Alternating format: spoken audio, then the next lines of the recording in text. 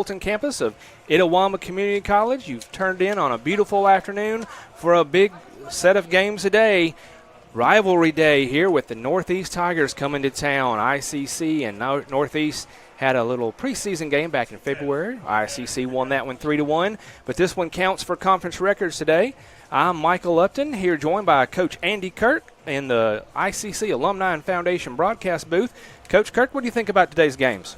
There is no way you can get better weather than what we've got today. It's going to be the rivalry is exactly right. We talk about this in all the sports where we play Northeast, from football to basketball, volleyball, softball last night to baseball. I mean, you can throw out the tidbits, you can throw out the records, you can throw out everything, because anything can happen when these two get together. Indeed, and it's, like we said, beautiful day. A lot of folks coming out here, enjoying the sunshine, the nice weather. We got students, we got families, we got staff. Meanwhile, you may be expecting to tune in to hear the dulcet tones of Mr. Adam Gore. He's not with us today. He is with the women's basketball team out in Casper, Wyoming, as they are at the NJCAA National Tournament for basketball after ICC Women's Basketball won the Region 23 tournament. And so we're glad you're with us. But if you're like Jim Ingram, and you got one of those big man rooms with 7 or 8 big screen TVs so you can watch all the March Madness, you can tune in here, watch us, but also over on ESPN Plus, you can watch the Lady Indians playing this afternoon. We'll take a moment here and we'll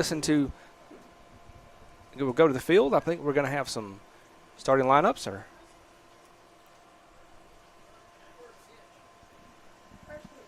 All right, we're going to have a special first pitch today, so we'll go to the field for that. John Howard Krubal played baseball at IJC on the 1958 and 1959 teams as a second baseman. A true student athlete, he was involved with math club, French club, and Mu Alpha Theta. John was selected as most intellectual for IJC in his sophomore year. IJC baseball was a family affair for the Krubals. His father, John S. Krubal, was the IJC baseball coach from 1953 to 1959, winning 4 divisions and 2 state titles, before serving as president of the college from 1960 to 1972. John later returned to IJC, serving in multiple roles, including guidance counseling director for the Technical and Vocational Training Center, sociology instructor, dean of students, and registrar. We are ready when you are, John.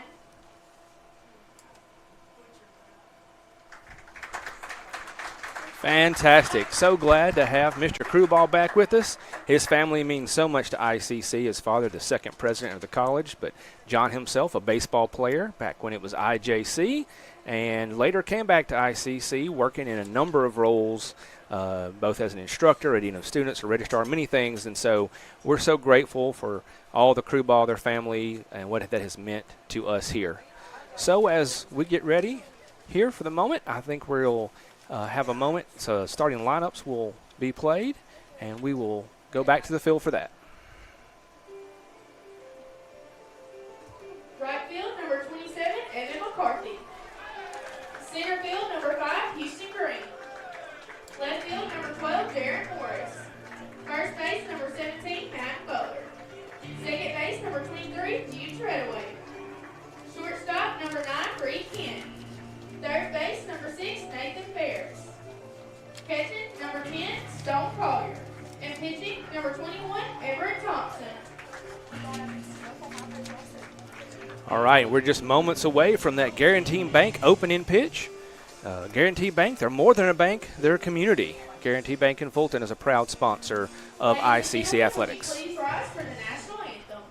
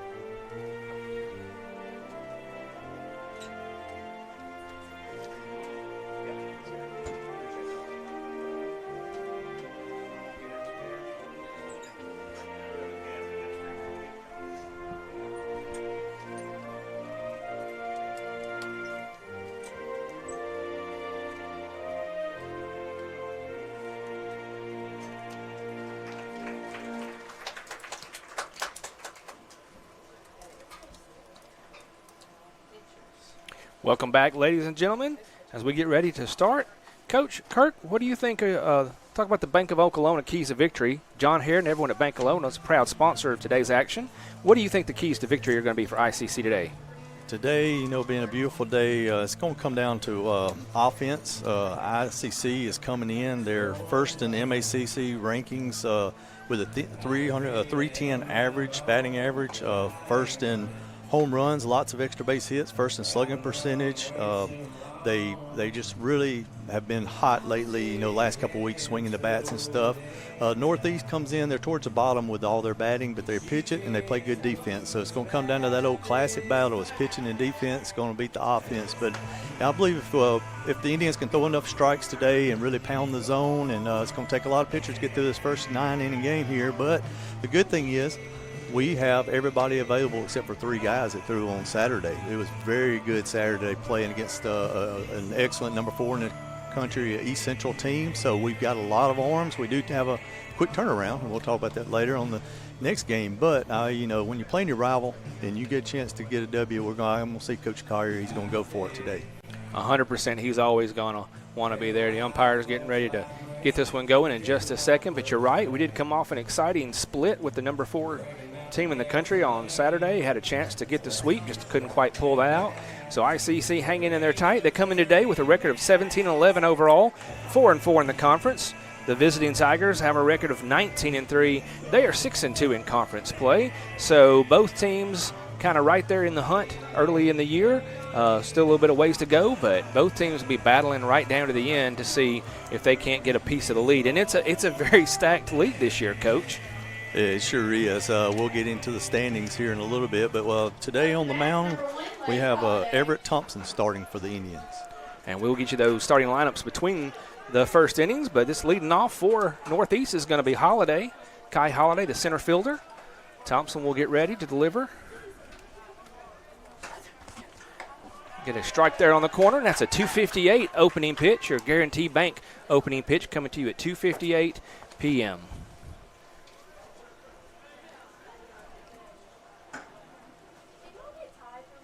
Thompson tries to go low there. It's going to pay out for a ball. Thompson comes in with an 8.66 ERA, 0-2 on the season, 17 innings pitched, 8 hits, 9 runs, 17 earned, 22 base on balls, and 23 strikeouts. A big swing and a miss as he gets him to swing over the top of one there. Moves that count to 1 ball and 2 strikes. Thompson has excellent stuff. It's all about what Coach Collier said pregame, keeping the ball in the strike zone and pounding the strike zone. Holiday swings at one on the outside corner and misses, and so an opening Renaissance Bank strikeout for Thompson. A great way to start. Renaissance Bank, the bank that cares about you. Check out renaissance.bank.com today. Andrew Davis. This brings up Davis, the shortstop for the Tigers.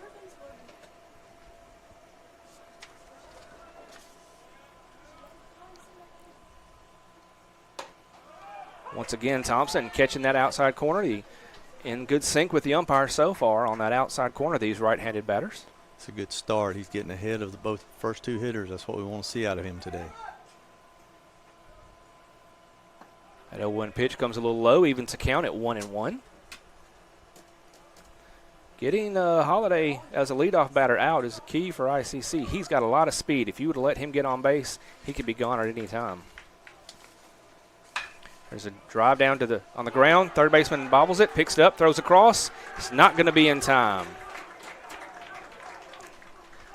So that's going to be an E5 there. It's going to allow Davis to reach first base. Not what you want to see. The Indians get started off, not very many pitches into the game. Gets a, ground ball third baseman, just a bobble there, and look for another ground ball here and turn 2 and get out of this thing. Yeah, that would be key here. This is Coleman, the third baseman, coming up to bat. ICC can get that Little Caesars double play here. That could erase that error. He offers and gets that outside corner once again for Thompson to get that strike. Once again, as you said, Coach, getting ahead of the batters early is going to be key. It is. Coleman comes in off a week where he was 4 for 11 with 2 runs and 3 RBIs. So one of their run producers, hitting in 3 holes, you would imagine. So love to see that double play right here. There's another throw back to first. Thompson trying to keep Davis honest, keep him close to the bag. Butler holding him close.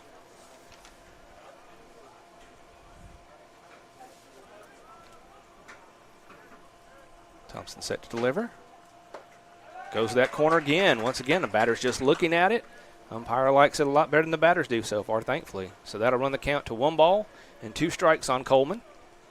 Davis at first base was an all-conference player last year. He's 8 for 10 in stolen bases this year. And that'll be one of the reasons that Coach Collier wants to keep him close there. Thompson with another throwback to get a player that can steal like that. That kind of production, you want to keep them honest. That one to the corner, but a little low. We'll leaving it out. Will be 2 balls and 2 strikes. That was that pitch at the bottom of the zone. You would like to get that ground ball on. So he's keeping the ball down, trying to get it. Runner out, throw down, and it gets past, but the shortstop is there to catch it up. So that is going to be a stolen base for Davis. Yes, he got an excellent jump right there. Was a strikeout on the play, so we got 2 outs. Yeah, excuse me, I missed that. I did miss Carol on that. So strikeout for Coleman looking. So 2 down, runner on second. ICC here in the top of the first of the opening game day between Northeast and ICC. Waiting on the umpire to get in the correct positions here. Wells come in off of a slow week last week with 4 wins for the Tigers. He was 2 for 10 with 1 run and 2 RBIs, but he is a dangerous hitter in the cleanup spot. Wells, the first baseman. 4th right-handed batter in a row for the Tigers.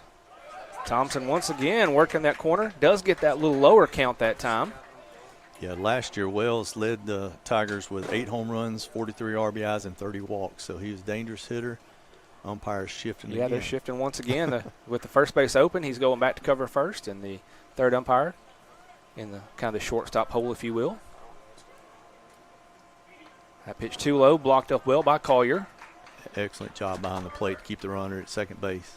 Yeah, it's going to be key. 2 outs for sure, but you don't want those base runners get any further than they already are with the 1 stolen base so far.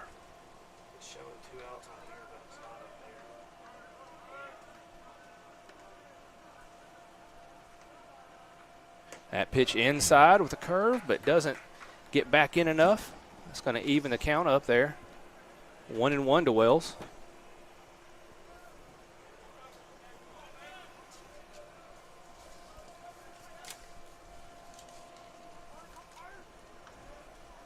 Thompson looks in, gets his sign.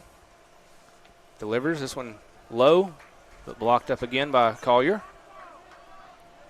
So they're definitely trying to not leave anything elevated to Wells. They don't want him to get anything he can get a hold of and lift out, Coach. That's exactly right. He has tremendous power. So looking for the Indians to make a play right here. Somebody at least keep it on the infield, keep that run from scoring.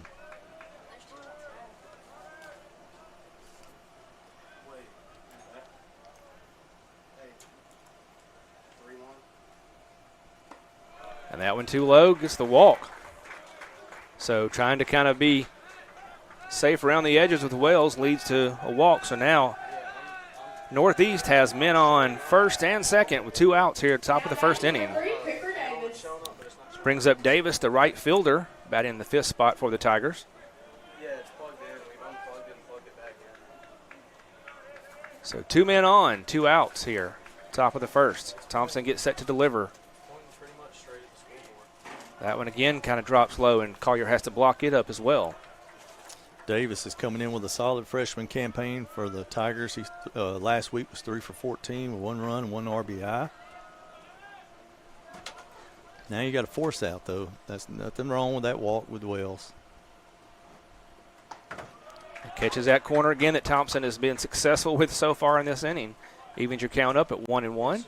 And you're right about, it's kind of okay to allow that walk when you're working the edges, because with 2 outs, getting another force does not hurt you at all.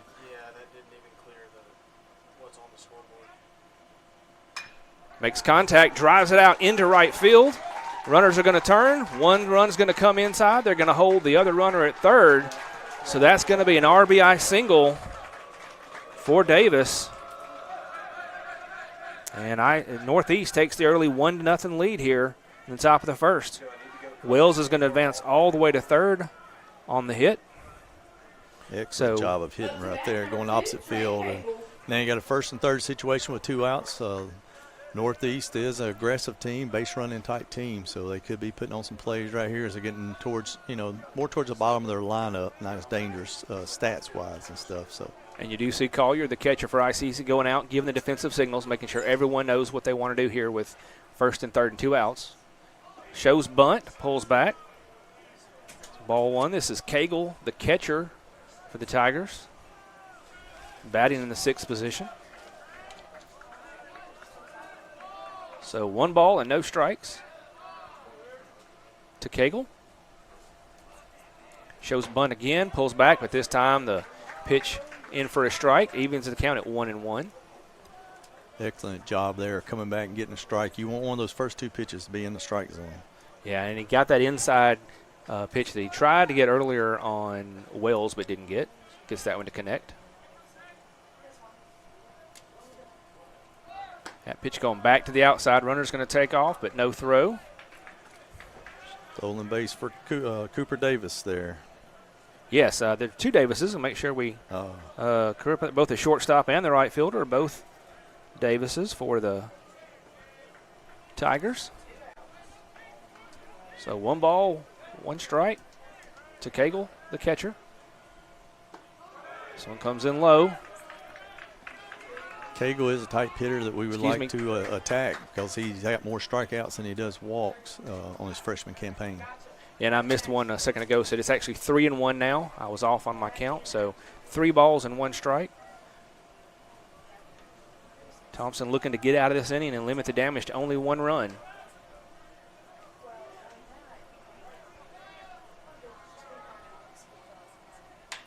Contact made, third base, picks up, throws across, and gets the 5-3 put out. That can end the inning, top of the first for the Tigers. They get 1 run on 1 hit and a couple walks. And we will now give you your starting lineups for the day. Starting for the visiting Tigers, who come in with that record of 19-3 and 6-2 in conference play. Coach Kirk, tell us who those are today. All right, with their lineup, they start out with number 1, Lath Holiday, playing center field. In the 2-hole be number 4, Andrew Davis, playing shortstop. 3 spot be number 5, Karen Coleman, playing third base. Cleanup be number 27, Carter Wells, playing first base. In the 5-hole, number 3, Cooper Davis, playing right field. 6-hole, number 2, Trey Cagle, catching. In the 7th spot will be number 13, Ben Sandlin, playing left field. Number 8 spot will be number 26, Parker Hall, the DH. And in the 9 spot, number 6, Cody Gilmore, playing second base. The pitcher for the Tigers will be Samuel Curtis. And now your starters for the 17-11 overall, 4-4 conference ICC Indians. ICC and Coke, now that's a winning combination. And Coach Collier hopes he has that same winning combination put together here in Game 1. Yes, leading off for the Indians will be number 23, Jude Treadaway, playing second base. In the 2-hole, number 27, Evan McCarthy, playing right field. 3 spot, number 10, Stone Collier, catching. Batting cleanup, number 17, Madden Butler at first base. 5 spot, number 9, Reed Kent, shortstop. 6-hole be number 14, Bryson Jackson, DH. 7 spot, number 6, Nathan Ferris, third base.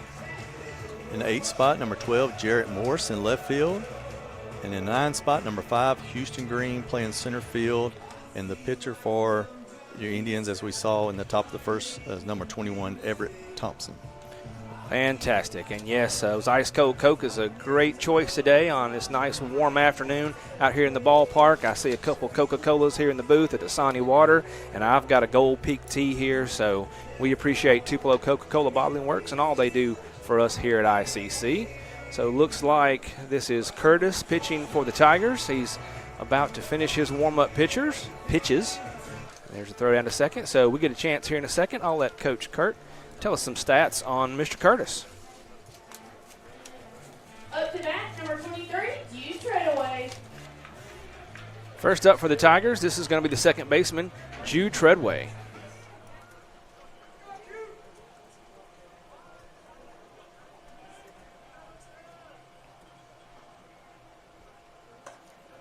Curtis, the left-handed pitcher, gets one on the outside corner. So much like Thompson was having success on the outside corner, Curtis does with his first pitch. 0-1 pitch to Treadaway.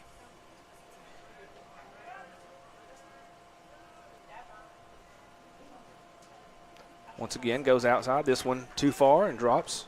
All right, Curtis comes in with an ERA of 4.88 with 1 win in 24 innings. He's given up 30 hits, 15 runs, 13 of those earned, 14 walks, and 26 strikeouts. So he's averaging more than a strikeout an inning. Gets Treadaway to swing at one on the outside corner that he can't connect on. So Curtis gets back ahead of the batter. 1 ball, 2 strikes.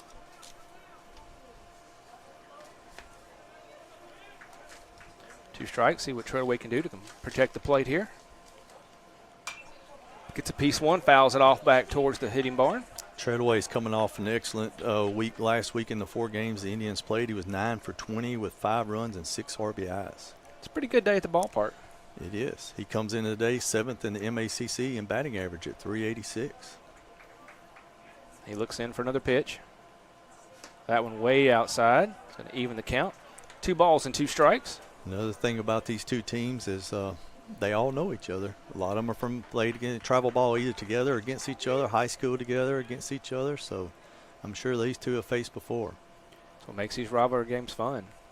The 2-2 pitch gets just a piece of it there to stay alive. After the foul ball, count remains 2 balls and 2 strikes.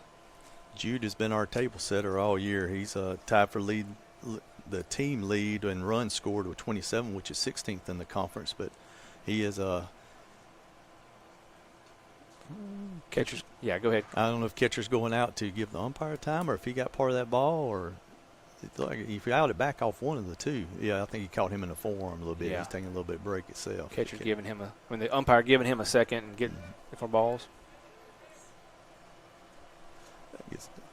They gave it to the coach at the conference. So I guess C means, or I guess it'd be the catcher for Northeast took a player timeout. Okay. Yes. So count still 2 balls and 2 strikes. The leadoff batter. Piece of this one fouls it back up and over the ICC Alumni Foundation broadcast booth. Find out how you can support ICC by visiting iccms.edu/foundation. So Treadaway, the leadoff batter for the Indians, having a good battle here. 2 balls, 2 strikes. That one goes outside. Pushes it full count. He was down 1 ball, 2 strikes, so good job here by the leadoff batter for the Indians. Excellent take there. You don't see a whole lot of lefties, so it's tough when you don't see a lot of left-handed pitchers for a left-handed batter. Full count pitch. Gets a piece of it, chops it right back to the pitcher. He's going to run it and will eventually toss over to first. So Treadaway is put away 1-3 to lead off the inning. Let's bring up McCarthy, right fielder for ICC. Having a pretty good year, I'd say. We'll get his stats here in just a second. But Evans had a lot of production for the Indians. Yeah, we'll get into a lot of his stats as we go through today. But just coming off last week in the 4 games, he was 9 for 17 with 6 runs and 8 RBIs in 4 games. So Curtis delivers pitch 1. Gets him to swing and miss at 1.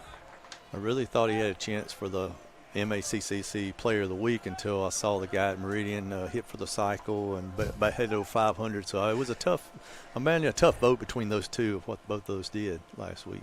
Yeah, you hate to have a great week, but then you know how good that other player did. And gets him again on the outside, swinging and missing. So McCarthy quickly down 0-2 here. We're in the bottom of the first here in game 1. Northeast has a 1-0 lead. ICC looking to even that up here in the bottom of the first. That pitch stays outside for ball 1. And that run in the top of the first will go down as an unearned run with the error on the third baseman. The reason he was able to, get on base. But a good thing with Jude, he worked a lot of pitches right here. We need to get the pitch count up on Curtis. Yeah, Treadaway did a good job. Hopefully McCarthy can as well. Gets contact with this one, drives it deep to the left center. That's going to fall in the gap. Holiday is going to cut it off. McCarthy will stay at first. Not going to test that on there, but a good single from McCarthy. got a piece of one, just drove it out there to left center. He got a hanging curveball right there, and I'm thinking that thing must look like a beach ball coming to McCarthy right now. He did not miss it. This will bring Stone Collier, ICC's catcher, to the plate. Stone's coming off a good week as well, 4 for 14 with 3 runs and 4 RBIs last week. See what he can do to advance McCarthy around the bases. Curtis pitches him inside, too much and too low. Of course, we know with Coach Collier's philosophy, there's not a whole lot of stolen bases, never have been in his career, but they do hit a lot of extra base hits. Yeah, ICC makes them come in when they count. This pitch on the outside. Collier lifts it out toward right. Center fielder is going to move toward it. He's going to get underneath it, and that's going to be fly out to center field for the second out of the inning for ICC. Holiday covering a lot of ground in center field. That is a young man that has a lot of speed. He can cover a lot of ground wherever he wants. If you've ever got a chance to see him play baseball or football, he or his older brother, those young men have a lot of speed. This is Butler, ICC's first baseman, batting in the cleanup spot with 2 outs and a man on first. He takes one low. Butler, just like the ones before him, excellent week. And, while the Indians went 3-1 last week, he was 5 for 13 with 4 runs scored and 6 RBIs. He's third right now in the MACC in slugging percentage. Guess who's first? Who's that going to be? The guy on first base. Exactly, Mr. McCarthy. He has been doing it for sure. But, yeah, the Indians coming off of sweep at homes last Tuesday and then splitting, like you said, with East Central on Saturday, number 4 team in the country.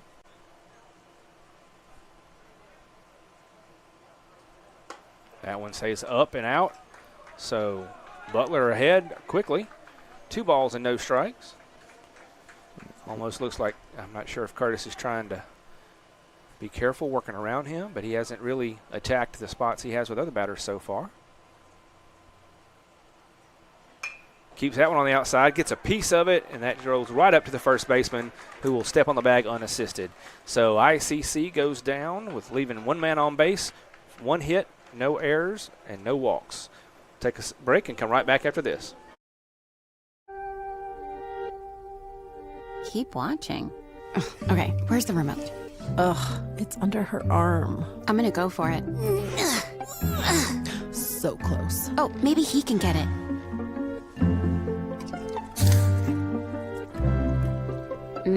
Guess not. I mean, can you blame him? We're delicious. Delicious and sugar-free. Delicious and caffeine-free. Yep. Anyway, about that remote. LSU takes it. We'll be back next March.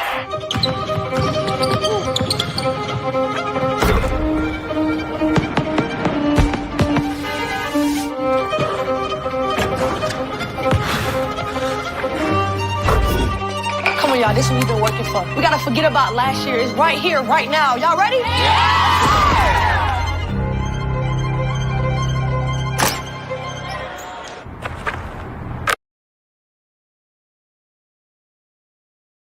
Guaranty Bank, formerly known as First American National Bank, is a proud supporter of ICC Athletics. Visit gbtonline.com. Guaranty Bank, we're more than a bank, we're a community. Kirk Herbstreit is a man of many talents, not only an athlete and a sportscaster, but also a skilled swordsman, a master chef, Needs more lavender. a wonder at word games. 2 tries, every time. But his true talent lies in the art of banking. With Renaissance Bank's great products, rewards, and easy-to-use online tools, every transaction is a masterpiece. You might refer to Kirk as a Renaissance man. But I call myself a Renaissance man. Welcome back, ladies and gentlemen. We move to the top of the second inning. Northeast grabbed a 1-0 lead on an unearned run in the top of the first. ICC unable to match. This is going to bring up Sandlin, the left fielder for the Tigers, and he takes strike 1 from Thompson. Sandlin got his first MACC action last week on Saturdays. First time he had played in MACC play. And he's quickly down 0-2. So once again, Thompson for ICC doing a good job of getting ahead of the batters. 0-2 count here to the number 7 Tiger.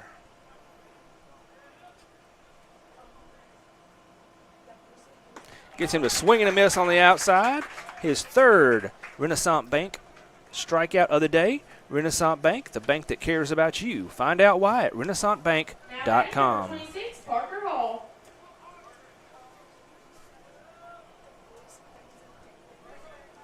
This brings up the DH for the Tigers, number 26, Hall. Hall is a solid bottom of the order type hitter for the Tigers. He's got a high on base percentage because he's been hit 11 times, and I can see why. He is right on top of the plate here. He is deep in the plate, but on top of it, swings at one on the outside corner. Evens that count up at 1-1. Quick reminder that our Lady Indians basketball will be starting at 3:30 on ESPN Plus. You do have to have a subscription to watch.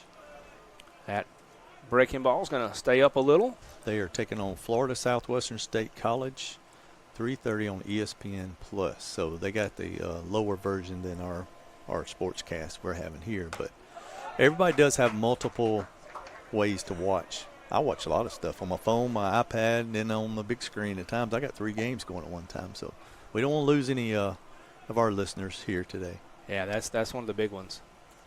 So that's swing and a miss, and another one. So that's back-to-back Renaissance Bank strikeouts for Thompson as he mows down the first 2 batters of the second inning. Gives him 4 so far on the day. And, yes, we are so proud of Coach Porter and her assistant coaches and her team. So grateful for them to get to have the opportunity to play this afternoon, and hope you can catch a piece of that even if you're watching this broadcast today. This will bring up Gilmore, the second baseman for the Tigers, batting the 9th spot. Takes ball 1, low. Thompson's doing exactly what you want to do with 7, 8, 9. He is attacking them.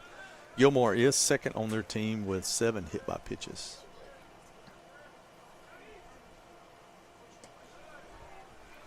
That one bounces off the glove of Collier, rolls sort of the backstop there. So after getting ahead of Sandlin and Hall very quickly, he falls behind Gilmore. 2 balls and no strikes. 2 outs here in the top of the second inning. Northeast up 1-0. That pitch right down Main Street catches the strike. Makes the count 2 balls, 1 strike. And I got to think with 2 outs, that was definitely a take situation there after 2 straight balls to see if he can't get a free base. Gets a piece of that one, drives it in the hole past the first baseman into right field. So Gilmore trying to have a 2-out rally. Up to bat, number 1, Gets a 2-out single for the Tigers. This brings Holiday back to the plate. He led off the game for the Tigers back in the first inning and was the first Renaissance Bank strikeout victim of the day for Thompson. Good job by the number 9 hitter getting on base. That is his job, to be the second leadoff. As the Indians, we want to stop it right here, get Holiday, and get off the field. Holiday kind of shows bunt but pulls back. The ball stays outside anyway, so ball 1 to Holiday. Shows bunt again, pulls back again, but again staying outside there. So 2 balls and no strikes to the leadoff man.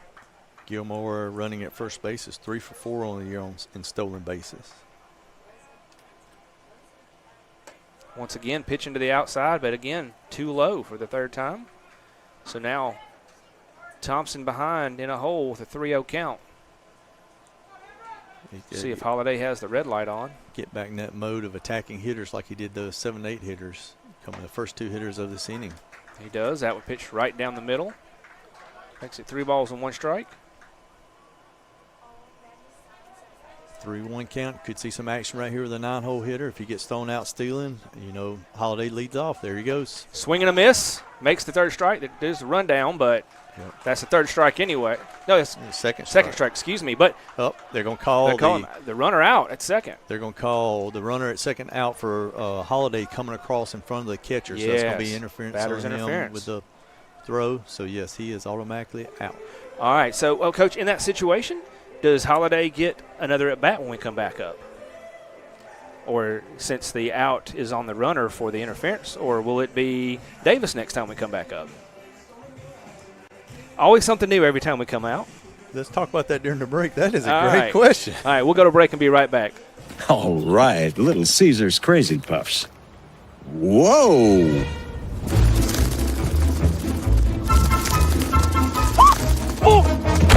Is this little Becky?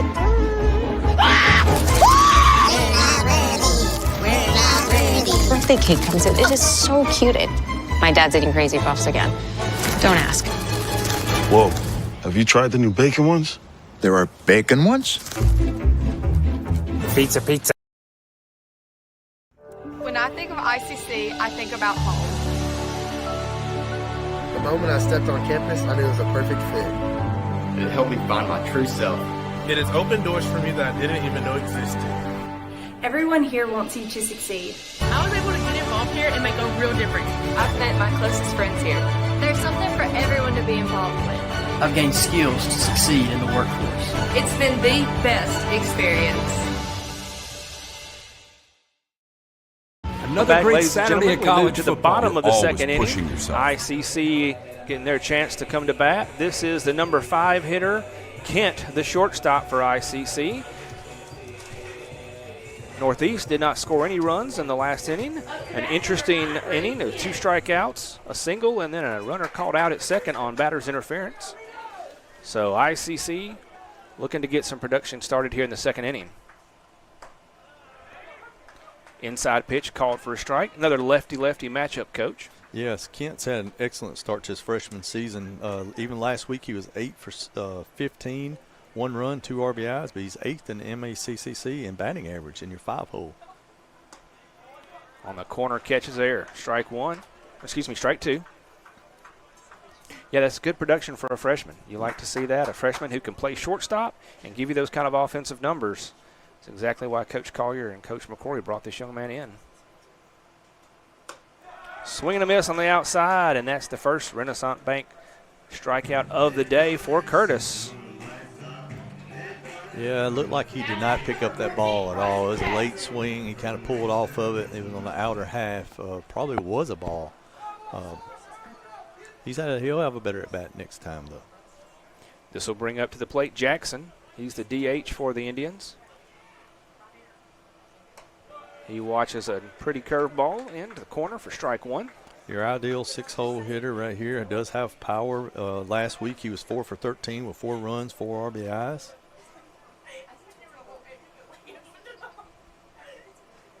Curtis again tries to work him in the same spot, but this one stays outside, evens the count, 1 ball, 1 strike. Since that start, Curtis has really started to establish that he is trying to work away from the hitters a good bit, both sides away. The outer half. Gets a piece of that one, fouls it back into the net. So now 1 ball and 2 strike count on the DH Jackson, batting in the 6th spot for ICC. Northeast leads 1 run to 0 here in the bottom of the second inning. Game 1, this big rivalry matchup. There's a swing and a miss over the corner. So the second strikeout of the day, back-to-back for Curtis. Curtis has made some adjustments since the first inning, throwing a lot of pitches, and now, 2 strikeouts to start the inning, same way as Thompson did for us in the top half. We'll see if ICC can follow suit with a 2-out single here. 2-out contact. Ferris, the third baseman, coming to the plate. He makes contact, fouls it back here into your living room. He was looking for that and trying to sit on it and just fouled it straight back. So now he's got a 0-1 count. 2 outs here. Looking to make a rally. That pitch hangs up for ball 1. Ferris has had a good freshman year as well. Last week he was 4 for 11, 2 runs, 1 RBI. So he's heated up as the year has gone along. So it seems like if all your Indians can hit like they did last week, you're going to have a good week. Yes. That one he gets contact, drives it out to left. That one is a nice play, diving effort by the left fielder. That is Sandlin for the Tigers, who just times that just right, gets underneath it, and the Indians go down 1-2-3 in the second inning. We'll take a break and come back for the top of the third. Another great Saturday at college football. You're always pushing yourself. There's no time to rest. You keep moving forward. The only thing better than your last accomplishment is your next. What's next? What's next? What's next? So, Allie, what's next?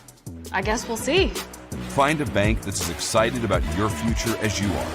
A bank that asks, What's next? Renaissance Bank, understanding you.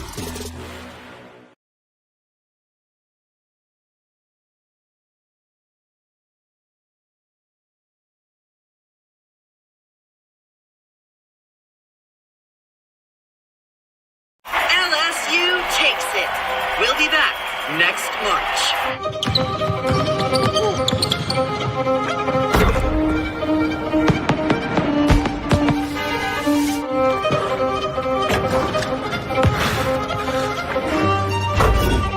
Come on, y'all. This is what we've been working for. We gotta forget about last year. It's right here, right now. Y'all ready?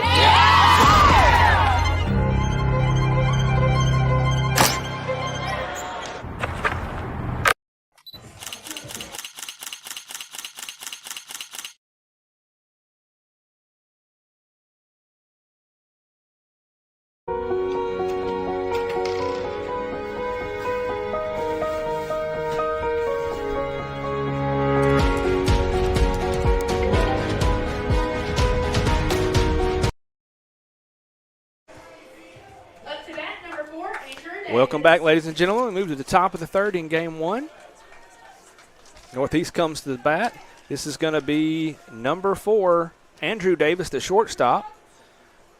So with Holiday not coming back to the plate, we determined that he does get the official third out to end the second inning. Davis reached on an error in the first inning, eventually stole second base, and then came in to score on an RBI single by Davis.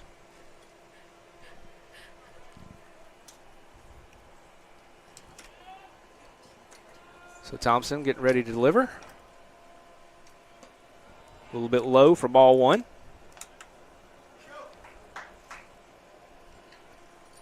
So 1-0 count.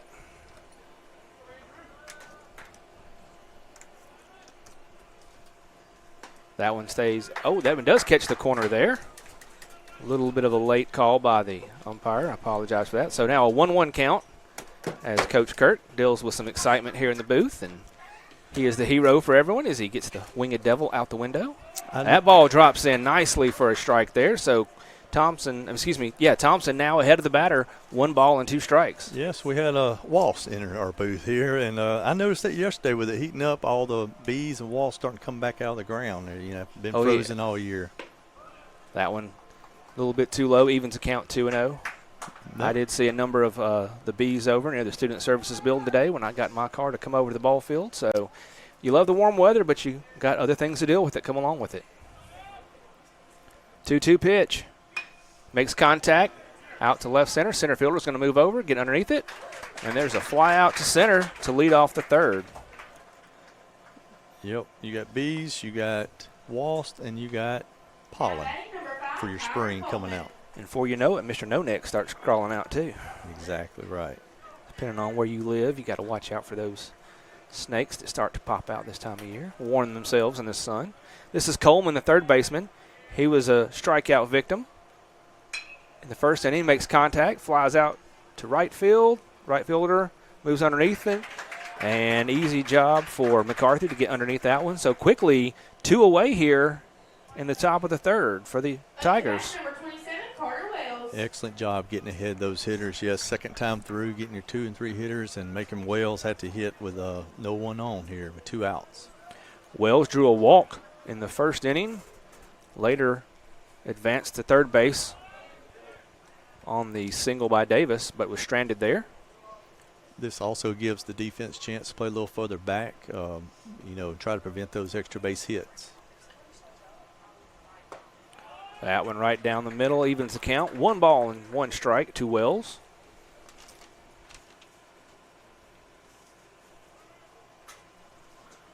Thompson with 4 Renaissance Bank strikeouts, looking for his 5th.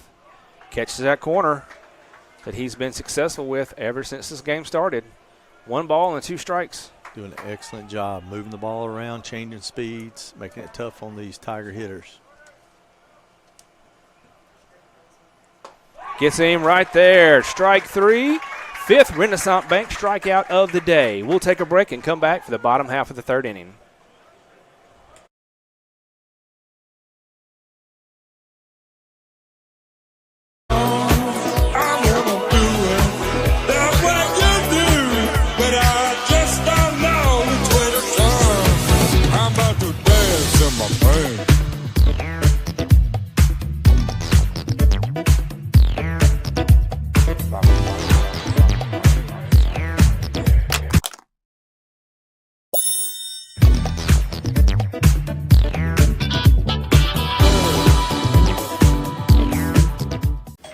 Enjoy.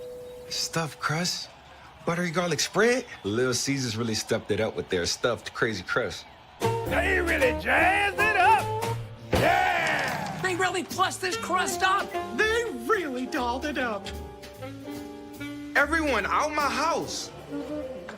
How did y'all even get in here? The housekeeper gave me a key. Order stuffed crazy crust for $9.49 and get your game day delivered with Little Caesars. Pizza. Tomorrow. Tomorrow is what we anticipate, what we work for, what we want to improve. At Itawamba Community College, we offer the courses, pathways, and the training that can help turn your vision of tomorrow into a reality. So why wait? Your tomorrow. All right, ICC fans, welcome back. We move to the bottom of the third inning. ICC's left fielder Morris comes to the plate. His first at-bat of the day. Northeast leading this first game of the day 1-0 here in Fulton. Pitch outside for a ball. This is still Curtis on the mound for the Tigers. Yeah, Morris is a good 8-0 hitter. He extends the lineup. He was 3 for 11 with 4 runs, no RBIs last week, but hitting a .321 on the season. Looks that one low, so he gets ahead quickly. 2 balls and no strike to the 8-hole hitter. Yep, looking for some base runners right here. Put some pressure on Curtis. Get back to the top of our line where we have our power. That one does catch the outside of the plate. Umpire's favor, so now 2 balls and 1 strike. Like you said, Coach, need to get some runners on. We've only had 1 hit all day and no walks, so ICC need to get some men on. That one hangs outside too far. Now 3 balls and 1 strike. Morris an opportunity here to be patient and be that second base runner of the day for the Indians. Or does he see something he likes and can turn on? And that one in too low. So first walk of the day issued by Curtis goes to Morris. He'll get on first base. That'll bring up the 9-hole hitter for ICC, the Green, the center fielder. Yeah, it's a great job there in 8-hole. That's what you want to do. Find ways to get on base, get it back to the top here. Now, Coach Collier has bunted more in the last few years than normal, but he knows he's got some big boppers coming. We'll see if he tries to get the runner in scoring position or lets it hit away. So runner on first with no outs for the Indians. Green looks in for the pitch. There's a sort of a lazy throw over to first. Not a hard throw, but just trying to keep Morris honest over there. He is trying to just pick at first and also see if the hitter was going to show that he was going to bunt there, if he's going to give anything away. That pitch right in the corner. Strike 1. He just stood in there, did not show bunt. Third baseman still staying even with the base as Coach Collier goes through some signs. He comes in just a tad now up to the grass. Curtis watches the runner at first. Delivers to the plate. Contact. Pops it straight up. First baseman's going to run into foul territory, and that'll be a foul out for Green. Not a very productive out there, and that was a tough play by the first baseman. We don't see it up here in the booth, but that sun is straight up right now and headed towards the west at the Tom Bigby over there. So that's a good play by Wells. Yeah, he had to come in quite a ways to get that there too, but this will bring them back to the top of the lineup for ICC. This is Jude Treadway. He grounded out to the pitcher to lead off the game for the Indians. Another throw back to first. As mentioned a while ago, Jude is 7th in the conference with a .386 batting average. He's also tied with 27 runs for our team lead. So excellent leadoff hitter. Does have pop with 3 home runs and 17 RBIs. Looking to make contact here and advance that runner along. One stays outside to the left-handed hitter. Evens the count, 1 ball, 1 strike. Jude got to see a lot of pitches. He did ground out back to the pitcher, but we saw that first at bat leading off the game. Saw a lot of pitchers right here and can do a lot of things. He has an excellent bat. He did. He had a 2-2 count for a while and fouled off several pitches. Makes contact with this one, drives it out. Looks like that's going to get foul out toward the police cruiser out there. It misses. Misses Coach Owens as well as he's walking in.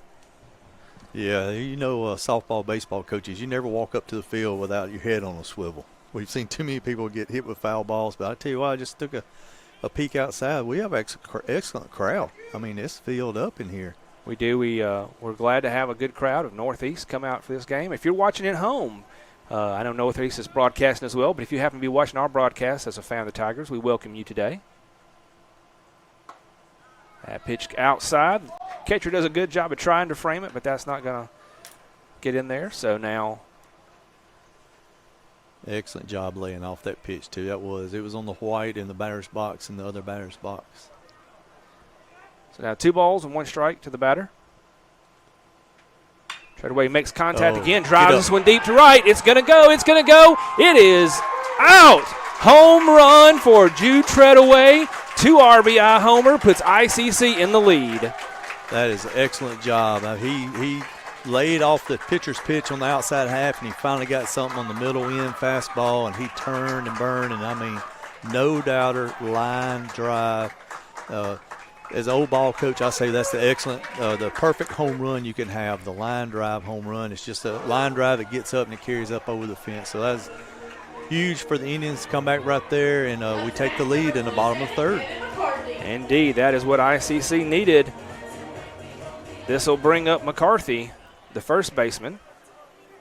He got a single, only hit of the day prior to the home run, but he was left stranded there in the 1st inning. It also brings up Morris working that walk to start out the inning, finding base runners. That's what we said. We just got to get people on in front of our power hitters. And Jude with his 4th home run of the year. That pitch not to Curtis's liking. He thought he had a strike. Umpire disagreed, so it's ball 1 to McCarthy.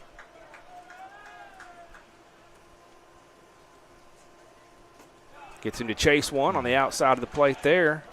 Good job changing speed. That was a changeup right there. It got about halfway to home plate and just threw out a parachute, and that's McCarthy was way out front.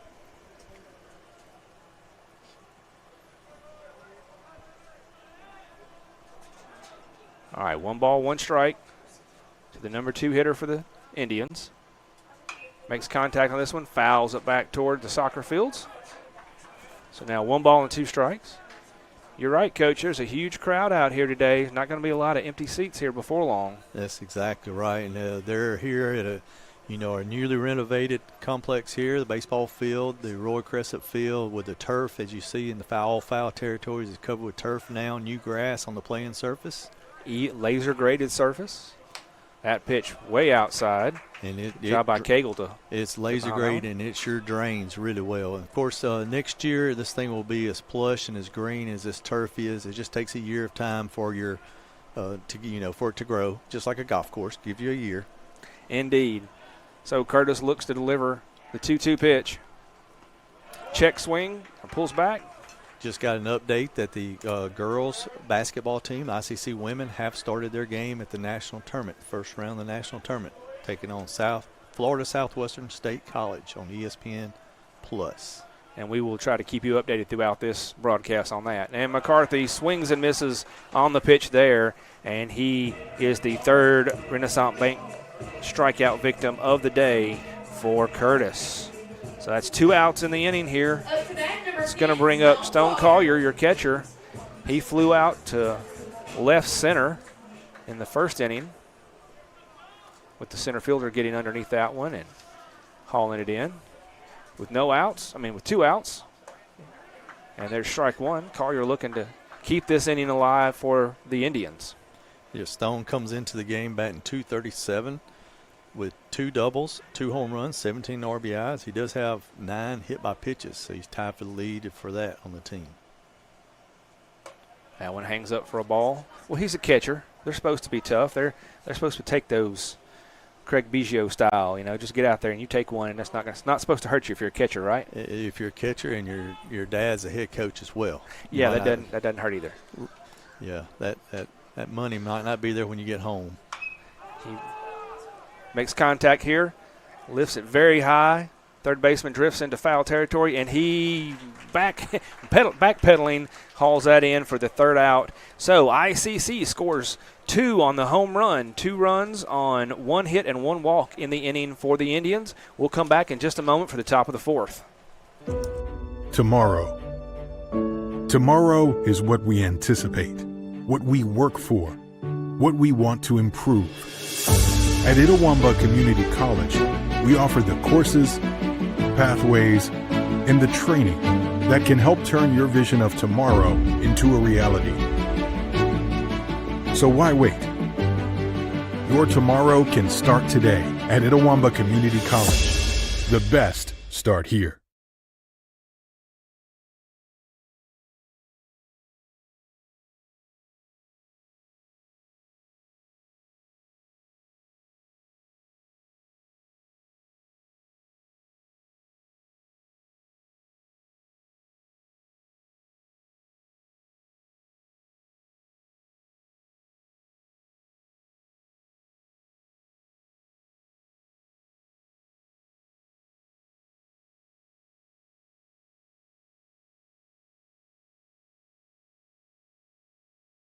Try Little Caesar's Stuffed Crazy Crust. Everyone loves it, including Justin Jefferson and all his friends. Stuffed crust?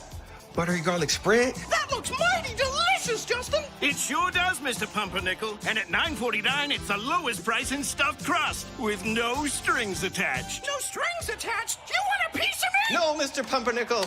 Justin, run. Order delicious stuffed Crazy Crust for $9.49 and get your game day delivered with Little Caesars. Pizza. That's what you do, but I just don't know which way to turn. I'm about to dance in my brain.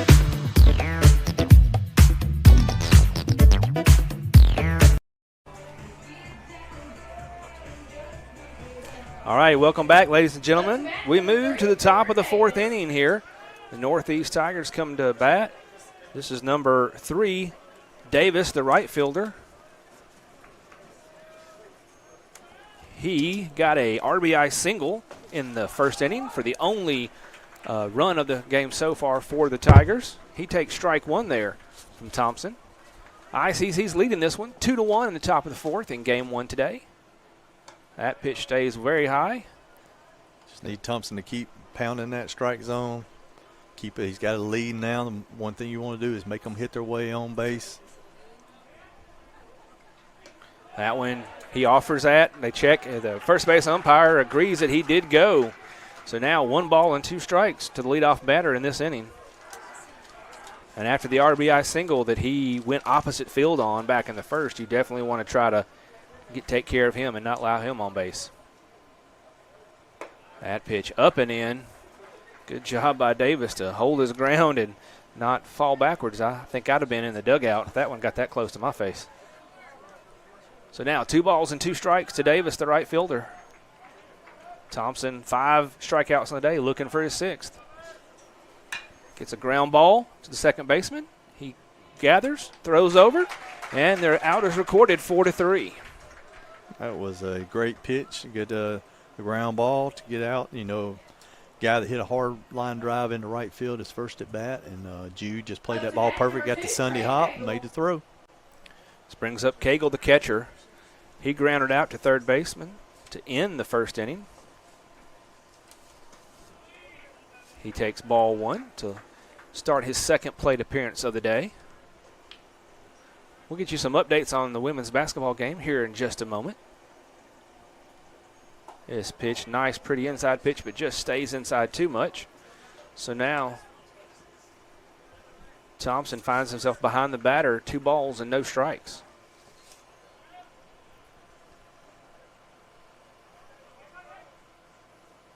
Goes back to that outside corner that he has worked on all day to get strike one on the batter. Good job of coming back from the 2-0. Like we said, your team just gave you the lead. Don't want to give up any freebies here. Works that corner again, gets him to swing and miss on the outside. Evens it up. 2 balls, 2 strikes. Just got an update on the girls' basketball. Southwest is up 11-4 with 5:26 to go in the first quarter. So Indians off to a slow start, but we know that they can come back. They've done that all year as we've watched them. Yeah, I watched a number of games here in Fulton, even away games where those young ladies are tenacious and they will come back. That pitch there missed, leads to a full count to Cagle. That one's going to catch him on the hand. So he'll go down by the hit by pitch. That's one thing I've never understood. You got a 3-ball count, and the ball's up and in. It's ball 4. But with as much equipment as these guys and girls in softball and baseball wear now, I mean, I guess they have all the armor. They're not worried about getting hit. But, I mean, it's ball 4. Yeah, but he showed not to be phased as he quickly got down to first base. So a base runner for the Tigers, a throw over, not in time. So 1 out, man on first for the Tigers in the top of the 4th. ICC leading 2-1. This is Sandlin, the left fielder. He struck out in his first appearance in the 2nd inning. He shows bunt, pulls back. Pitch on the outside. Cagle's at first base. Even though he is a catcher, most catchers not known to run. He's 3 for 3 on stolen bases. It's a man that's versatile. He wants to make sure coach doesn't have any reason not to have him in the game. He can catch, he can hit, he can run. That pitch fouled back into your living room. Evens the count at 1 ball and 1 strike on Sandlin. I believe the Tigers, about like the Indians, they got several kids playing a position they probably didn't play in high school as much or travel ball just to be on the field. You got to be versatile to have opportunities to get on the field nowadays. Pretty pitch on that corner to this time to the left-handed batter. So Thompson showing he can work those corners either way. Gets him ahead, 1 ball and 2 strikes on Sandlin. Trying to make him his first double strikeout victim of the day. Throw back over to first, not in time. So they are keeping Cagle close there. In a close game like this, Coach, you really don't want to give them any extra room to advance a runner. Yes, every 90 feet really counts in these type games. They're going to be tight. We know this rivalry, that it's going to be close games. You've got to defend every 90 feet, not give up anything, because you want the force out right here. A hard ground ball at one of your infielders could be a double play. Any double play is what we're calling for.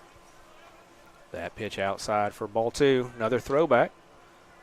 Cagle quickly back in.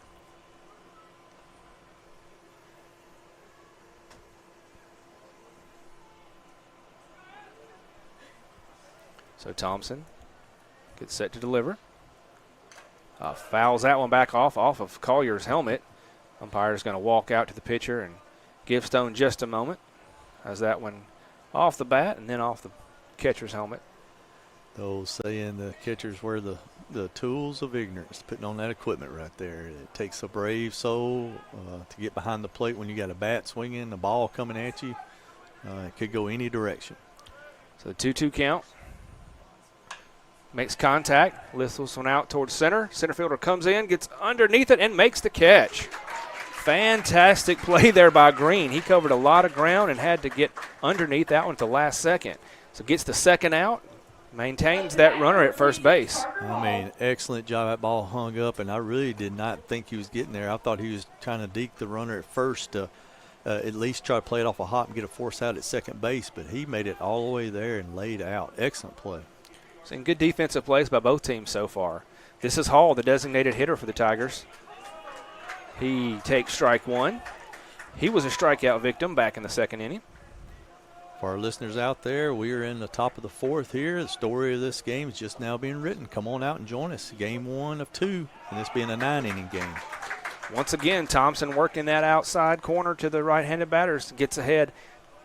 No balls, 2 strikes, 2 outs. Man on first here in the top of the 4th. Hall makes contact, fouls this one back. Collier going to try to give chase, but it does come over That's a high ball that came over the new netting and into the stands. I think that's one of the first times we've seen that this year. That is, for the viewers, you're probably not able to see, but that is really hard to do, how it fit in there, just like you said, that way. So far, I believe Coach Collier's got to be happy with the performance Thompson's got, especially if he can get out of this in top of the fourth right here to give him four solid innings right here of one-run ball. Yeah, he's done really the error being the biggest thing that's cost the Indians so far. Another throw over to keep Cagle close at first. So the 0-2 pitch. Ooh, almost hits him there, but or guess he does? I thought it went above his head. Must have just scraped against his back. I don't know how it missed the bat or. Yeah, because I thought it went right through the hole over his shoulder, but that's the second hit by pitch of the inning for Thompson. Not what you want with the 6 and the 8-hole hitters. Like we said, no freebies, but here still got an opportunity to get out of the inning right here. The number 9 hitter, don't get it back to the top for the third time through the lineup. Unfortunately, the last time Gilmore came up to bat, he got a 2-out single. Looks at one inside for a strike. So Northeast hoping Gilmore can do that again. ICC hoping to shut him down and end this threat here with 2 on and 2 out in the top of the fourth.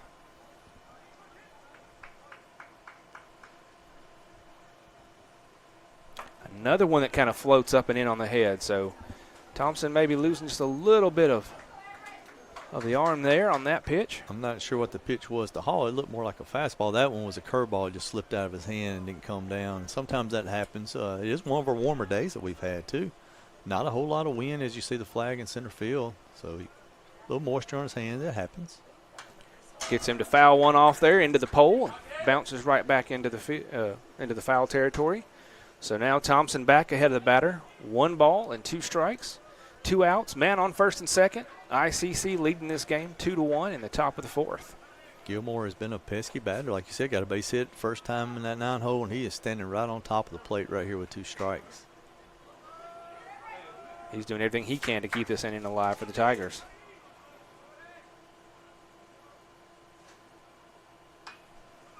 Last second, he kind of reaches out and fouls that one off. I think he was afraid to let that outside corner catch him like it has so many other batters. So the foul ball keeps the count, 1 ball and 2 strikes.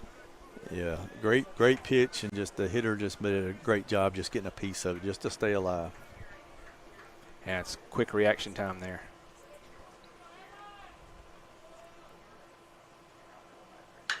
He makes contact, drives it in the hole between third and short. They're going to send the runner in from second. Throw comes into Collier, and he is out. Fantastic throw from Morris, your left fielder. Collier takes it in and beats him by 4 steps easy there. So ICC gets the force out at home, ends the threat. We'll go to the bottom of the fourth. ICC up 2-1. Kirk Herbstreit is a man of many talents. Not only an athlete and a sportscaster, but also a skilled swordsman, a master chef. Needs more lavender. A wonder at word games. 2 tries, every time. But his true talent lies in the art of banking. With Renaissance Bank's great products, rewards, and easy-to-use online tools, every transaction is a masterpiece. You might refer to Kirk as a Renaissance man. But I call myself a Renaissance man.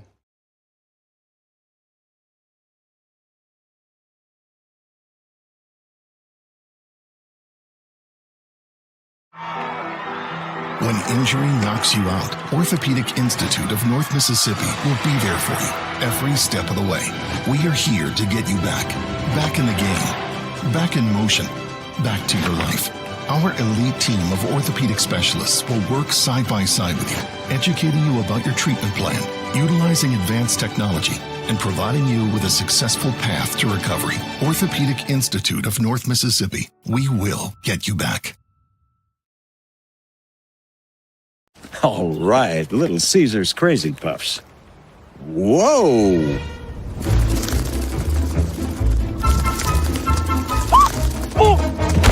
Is this little Becky?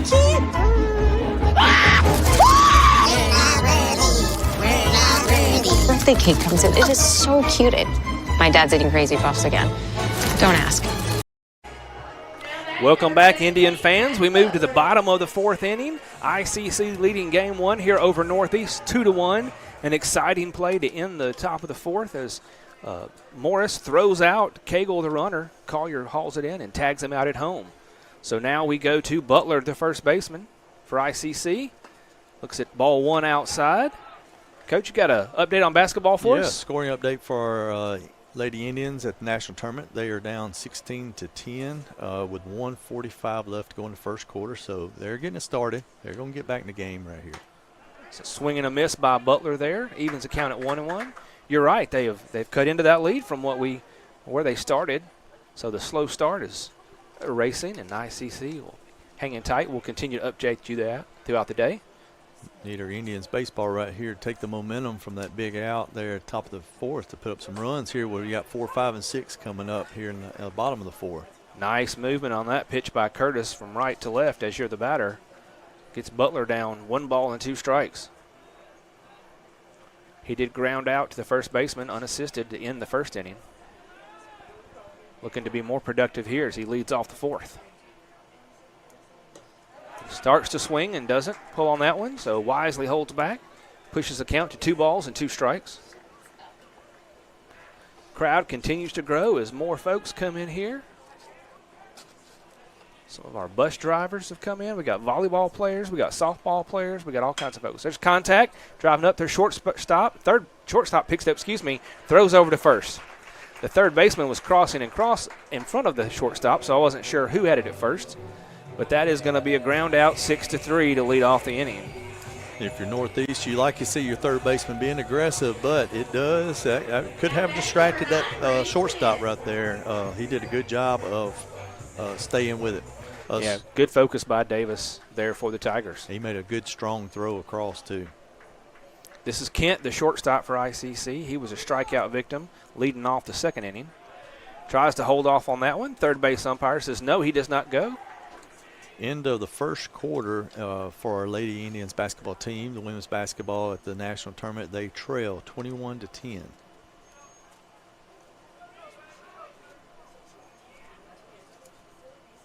Contact there by Kent. Fouls that one back. 1 ball, 1 strike. Like Kent's having a little trouble picking up the ball. Like we said, lefty on lefty. Didn't have a very good first at bat, but he's gathering more and more information every pitch he gets to see from Curtis.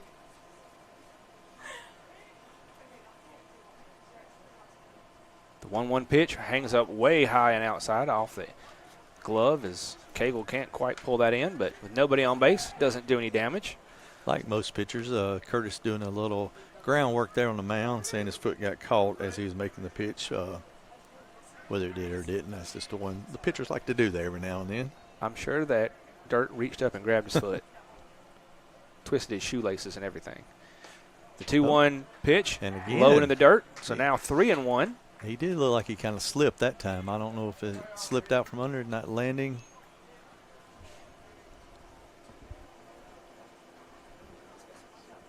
So now 3 balls, 1 strike with 1 out here in the bottom of the 4th inning.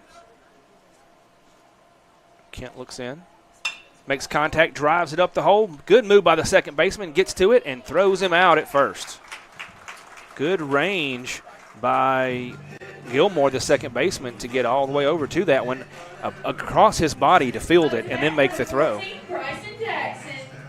I was looking at Curtis out there, and I was about to make a comment. I've never seen a pitcher with number 88 unless they're in spring training, but it's a 38. Yeah, 38. The 3 and 8s look alike because I saw the shortstop come a while ago, and I thought they put the wrong number on the scorecard. And he's number 3, and I was like, he's wearing number 8. But, I mean, when he turns his back to deliver the pitch, it looks like 88 every time. Yeah, especially being a left-handed pitcher for where we are in the booth.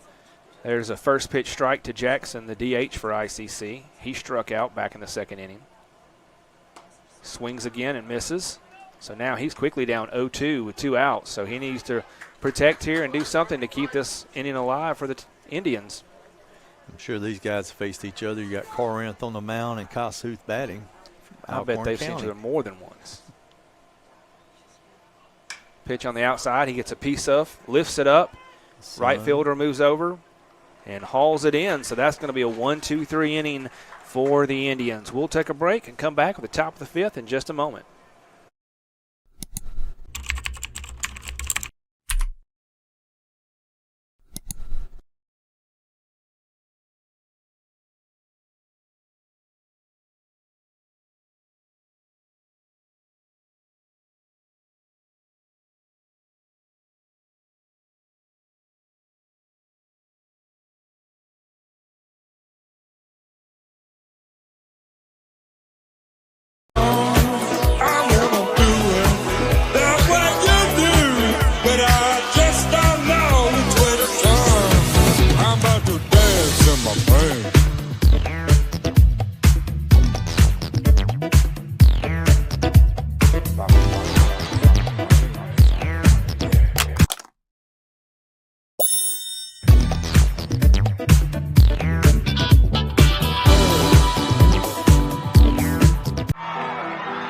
When injury knocks you out, Orthopedic Institute of North Mississippi will be there for you every step of the way. We are here to get you back. Back in the game. Back in motion. Back to your life. Our elite team of orthopedic specialists will work side by side with you, educating you about your treatment plan, utilizing advanced technology, and providing you with a successful path to recovery. Orthopedic Institute of North Mississippi. We will get you back. When I think of ICC, I think about home. The moment I stepped on campus, I knew it was a perfect fit. It helped me find my true self. It has opened doors for me that I didn't even know existed. All right, welcome back, Indian fans. We now move to the top of the 5th inning. We're here in Game 1 in Fulton, ICC versus the big rival Northeast Tigers. ICC up in this one, 2-1 already.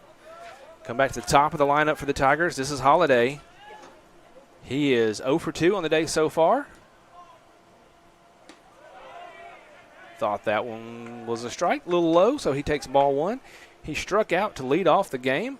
And then he was responsible for batter's interference on a third out, attempted stolen base. So he took that out there.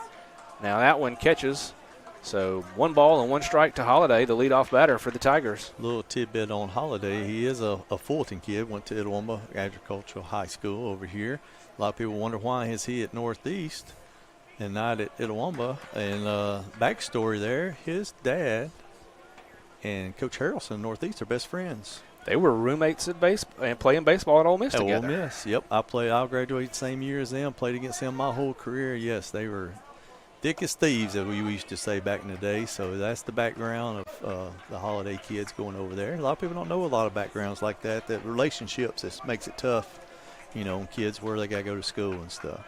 It does. That's a 3-1 count to Holiday.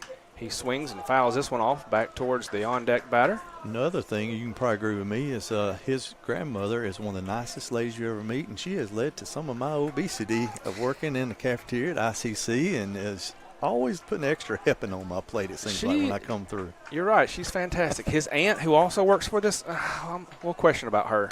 That one hangs up high. So Holiday draws a leadoff walk, gives a base runner to start the 5th inning for the Tigers. And as you were saying in the break as we were talking, Coach, this is the 3rd time through the lineup for the Tigers, so that everybody's seen Thompson twice. We'll see how they're going to approach him, how he's going to approach them. Exactly right. And you've got Holiday going down to first base, 13 for 14 stolen bases, which is 12th in our conference. So, yes, and then you got your all-conference player as a freshman coming up right here in the 2 spot, one of their best hitters. So it's a big inning for Thompson right here in the Indians to minimize damage best they can. So with Holiday at first, getting a couple of throwovers to keep him close. This is Davis, the shortstop. He's 0 for 2 on the day. He reached on an error in the first, later scored on an RBI single, and then he flew out to center field later in the 3rd. Davis is batting .314 on the season with 5 doubles, 3 triples, no home runs at this point, but he has excellent bat control with only he has 15 walks and only 10 strikeouts. So that's a good that balance typical there. number 2 hole hitter that can hit and run. You can steal. He can control the bat and stuff. So he just called an offensive timeout right here. He did. He pointed down at Harrelson at third base. He walks away from his box. Now he returns. Batter still out. Getting the signals from the third base coach. Now Davis steps back in. Coach Harrelson, he's wanting the big inning right here. He'd like to save that timeout for later in the inning. And there's a throw over, too high. McCarthy can't drag it in. It goes to the fence, and the speed Holiday has, he's going to go all the way to third and hold there. So the errant pickoff attempt allows Holiday to reach from first all the way to third on the throwing error by Thompson. That's a tough one. That's a tough one with the Indians. We got the 2-1 lead and then the leadoff walk, and then you allow him to get all the way over to third base. So Tigers sitting in good situation right here, going to have to make some tough pitches. Got to limit the damage. That run's probably going to score, but you got to stop it right there. Inside pitch hits Davis on the elbow. That's the third hit by pitch of the day for Thompson.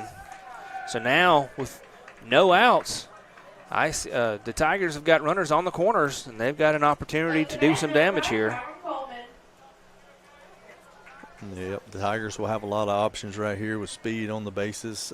Davis is 8 for 10 on the year stolen the bases, and one of their big RBI guys coming in here is leading them in or tied with RBI. These next two hitters with 23 each. So ICC is going to have me at the mound. We'll take a quick break, run a commercial. We'll come right back. When I think of ICC, I think about home. The moment I stepped on campus, I knew it was a perfect fit. It helped me find my true self. It has opened doors for me that I didn't even know existed. Everyone here wants you to succeed. I was able to get involved here and make a real difference. I've met my closest friends here. There's something for everyone to be involved with. I've gained skills to succeed in the workforce. It's been the best experience.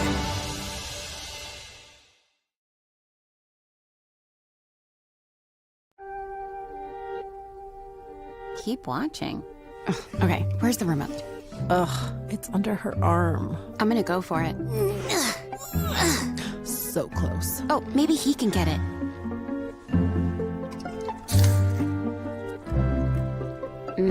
Guess not. I mean, can you blame him? We're delicious. Delicious and sugar-free. Delicious and caffeine-free. Yep. Anyway, about that remote. Enjoy. Stuffed crust, buttery garlic spread, little. That meeting on the mound is over. No changes. Coach McCrory just coming out, having a talk with the pitcher and the defense. Collier, the catcher for IC, stepping out, giving the defensive signals. Making sure everybody knows what they're doing here with first and third. No outs. Tigers threatening here in the top of the 5th inning. This is Coleman, the third baseman. He's 0 for 2. Struck out and flew out to right field. He shows bunt. There's a pitch back to first. A snap, quick throw. No good. They do get the strike on the bunt attempt. So an 0-1 count to Coleman, but ICC had put the signals in, hoping they could catch Davis not back to the bag fast enough. A lot of action on that play right there with a fake bunt, fake steals, yes, and a pick. Contact, fouls this one back into the off toward the parking lot. Misses one car, misses the second car. Everybody got lucky on that one as it rolls into the creek. I forget about the foul balls over here. Yes, you keep an eye on those. So now an 0-2 count. Scoring update from basketball with 5 minutes to go for halftime. ICC is down 31-14. So need a big run here for the Lady Indians basketball team before halftime. Yeah, maybe they will heat up here shortly and cut into that lead. And then Coach Porter and her team will do a good job of making adjustments at halftime as well. So now a 0-2 count. That one breaking ball that never broke down, just kind of made movement but stayed high. So now 1 ball, 2 strikes. Got the leadoff hitter on third, the number 2 hitter on first. They're doing a lot of fake stealing and reading and trying to just put pressure on the Indians, getting somebody out of position here. That one in the dirt, bounces beyond. Collier can't find it. Holiday's easily going to come in to score. Davis moves over to second. That will be a wild pitch. That was a hard curveball in the dirt that hit before it got to. It did indeed. Collier, and that not the scenario you're looking for in a 1-2 pitch there for the Indians. We'd give up that tying run if we could turn to double play on that pitch, but now you got the go-ahead run getting to second base. So with no outs, runner on second, 2 balls and 2 strikes to Coleman, the third baseman for Tigers. Thompson trying to end this damage here, find the first out of the inning. That ball low. In the dirt again. Collier able to block this one up and keep Davis at second base. So now a full count to your 3-hole hitter for the Tigers. I believe you said there's action in the bullpen, and they're rushing him up right now, seeing if he is ready to go or not. Yeah, there's one righty down there throwing. We can't quite catch the number, but a righty throwing for ICC. Thompson delivers. Contact here is going to right field. Nice move. The right fielder gets out underneath it, holds the runner at second. So good job by McCarthy to get out there, get underneath that one. We've seen some good defensive play by the outfielders on both teams so far. We sure have. That was an excellent play right there, and Indians needed that play. Yes, you do not want that 3-hole hitter, that ball getting down. At the worst, they're going to be at first and third with no out. So now got a shot. You might see us kind of pitch around this guy again. You know, Wells is a big time hitter for them. He's 0 for 1 on the day. Walked and then hits this one to third. Bounces off the third baseman. He picks it up, gloves, throws it over. Not in time. Runner at second stays. So off that hard ground ball, that's going to be another E5 on the day for the Indians. Allows Wells to reach for the second time of the day. Yeah, I believe Ferris would tell you he would have made that play 99 out of 100 times. But like we said, it's not the worst thing. You talking about pitching around Wells, he's just the same thing. At least the run on second did not move up. So it's first and second. One out. That pitch into that corner that Thompson's been working throughout the day. Gets strike one on Davis, the right fielder. The other Davis, this one being Cooper. Cooper has hit 2 balls to the right side. Got the base hit to right side and ground out to second base. So maybe we can get us another ground ball at second base, get us a double play.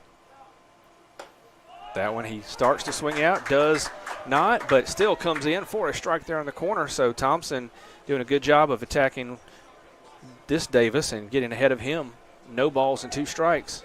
Curveball in the outer half, and it might not have, when the catcher caught it, been a strike, but it caught some of the whites. Not always where the catcher catches it.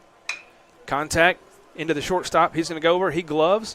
No way he can make a play. Going across his body, and all the runners are going to be safe. So now, with only 1 out, the Tigers have the bases loaded in the top of the 5th. Yep, 0-2. I mean, just made a good pitch, and he hit it in the one spot where we didn't have anybody. I mean, it's just an infield hit. It's just one of those. You might hit a missile at somebody and get caught, and then that one just goes down as a base hit. Bases loaded. So with bases loaded, this is Cagle, the catcher. He's 0 for 1 on the day. He grounded out to the third baseman. He was later hit by a pitch, but got stranded on second. Was then thrown out advanced to second, and then was thrown out at home to end the 4th inning. So he takes strike 1. Almost the midpoint of the game right here. It's a big part of, how can we limit the damage? Can we get out of this thing? That pitch inside curve for strike 2. So Thompson once again gets ahead of a batter. No balls, 2 strikes. See if he can find a way to finish this one off or maybe induce one of those Little Caesar double plays here. Corner's in. Middle's playing for the double play up the middle. Looks like Corner's coming home with it. Gets a hold of this one. It's going to fly out to the right side in foul territory. McCarthy comes over, makes it. He's going to throw to home. And the throw is offline. So that's going to allow the runner to come in from third. Runner advances from first and second to second and third as well. So foul out, but basically works as a sacrifice fly. Yeah, it's one of those, do you catch it, do you not catch it? You know a run's going to score, but what you would like to see the Indians do is he kind of aired it out. If you just hit one of the cutoff guys, at least you keep it first and third instead of letting the runner from first get to second in scoring position and taking the force off. First pitch to Sandlin. Strike on the outside corner. Sandlin, the left fielder for the Tigers, 0 for 2. Strikeout and then flew out to center. Hopefully letting that extra runner advance won't come back to haunt the Indians right here. We can get out of this inning. That pitch hangs up on the outside. Evens the count, 1 ball, 1 strike. If you're just tuning in, we're here in the top of the 5th. The score is now 3-2. Northeast has taken a lead here. ICC's got 2 outs, trying to find the third one and get out of this inning. Pitch on the outside once again. 2 balls and 1 strike now. Like we talked about, 3rd time through with leadoff coming up, and the walk, the hit by a pitch, or the 2 runs that's come in so far. But he's pitched well when he's pitched to contact. That one right down the middle. 2 balls and 2 strikes. He's just having a little tough time with he had some strikeouts early, but just putting them away here late as they've seen him for the 3rd time. They're finding some contact, and as the old saying, hitting it where they ain't, But right now we need him to swing and miss or hit it at somebody. Gets right up the ground off of Thompson's foot. Can he get there in time? Pitch over. Yes. Gets the out at first. So ICC gets out of the inning. Tigers are going to score 2 on 2 hits and hit by pitcher, and then the sacrifice fly. So ends the top of the 5th. ICC now down 3-2. We'll come back right after this. Enjoy. Stuffed crust, buttery garlic spread. Little Caesars really stepped it up with their stuffed crazy crust. They really jazzed it up. Yeah! They really plussed this crust up. They really dolled it up. Everyone out my house. How did y'all even get in here? The housekeeper gave me a key. Order stuffed crazy crust for $9.49 and get your game day delivered with Little Caesars. Pizza.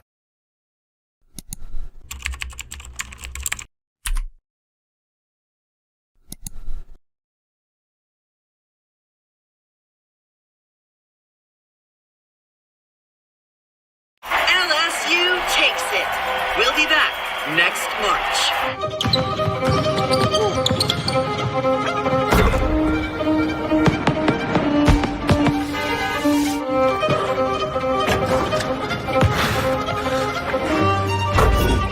Come on, y'all. This is what we've been working for. We gotta forget about last year. It's right here, right now. Y'all ready? Yeah!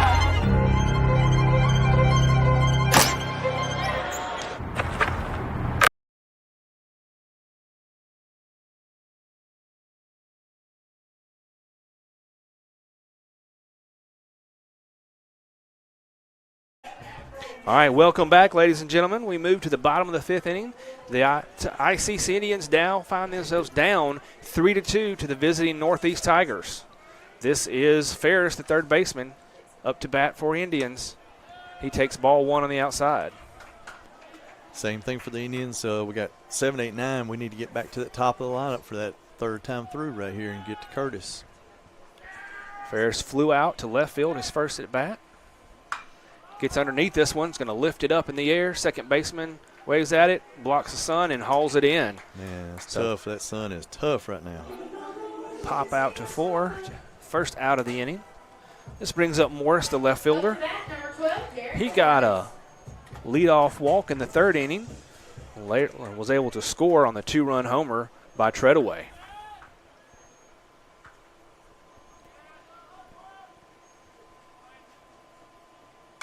Swings and fouls one back. That walk to Morris is really the only blemish Curtis has had besides the home run. I mean, that he has not walked any other hitters. Tigers not have any errors right now, and that's the one thing the Indians, we've given too many free passes and too many errors. Yeah, those walks hit by pitches, and there's one, drives out to left center. It's going to drop in front of Holiday. So great job by Ferris by coming back there and getting a piece of, Morris by getting a piece of that one for a single. Yes, great job. That's a perfect line drive right back up the middle, and then you're back at your 9-hole hitter. See if we get a little action going with a couple guys that can run right here.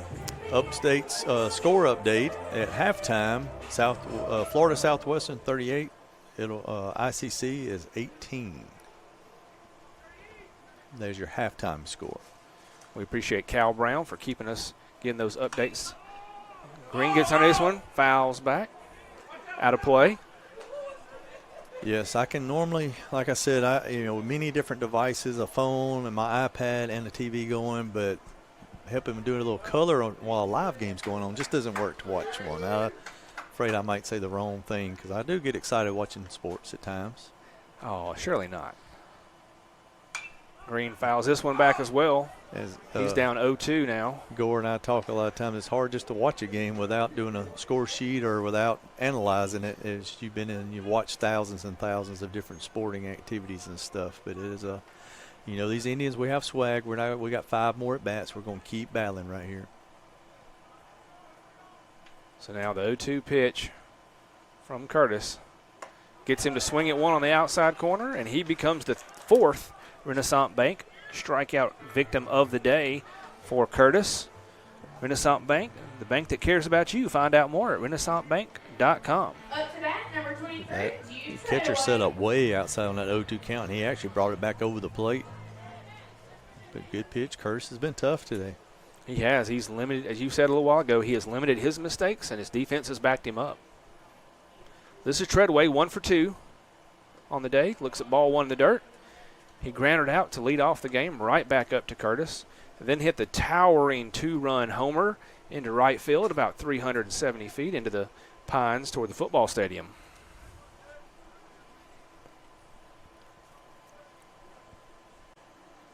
Gets hold of this one. He's going to lift this one high. Out Carry. to the left. May Carry. carry. It covers. This one to left center. The second home run of the day for your second baseman, Jude Treadaway. Ties the game for ICC at 3-all. I was just about to say that last home run he hit to right field, that line drive, 370. By the time he gets back to East Union, it's going to probably be about 410. Now he's going oppo taco into left center field up into the trees. I mean, that one might be 450 by the time he gets back over there. But you know what? I was just saying, if Treadway can get on base to get McCarthy up there is great. But if he hits a home run, it'd be even better. And that's what I was thinking, but I just didn't say it. So Indians back in the lead. So now I see. Oh, right. Excuse me. That is a 2-run home run. My apologies, because Morris was on first base. So two-run home runs for Treadway on the day. Just keeping it even. So excited I lost count of who was on base. Yes.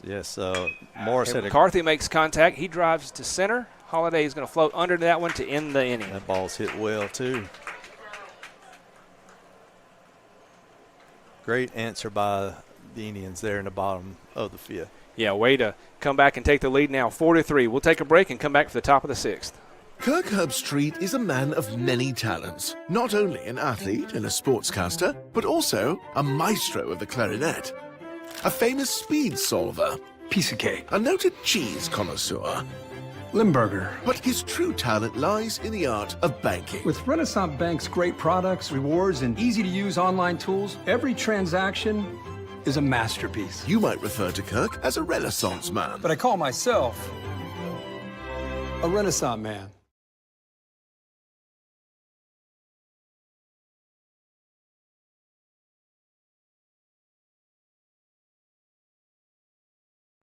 When I think of ICC, I think about home. The moment I stepped on campus, I knew it was a perfect fit. It helped me find my true self. It has opened doors for me that I didn't even know existed. Everyone here wants you to succeed. I was able to get involved here and make a real difference. I've met my closest friends here. There's something for everyone to be involved with.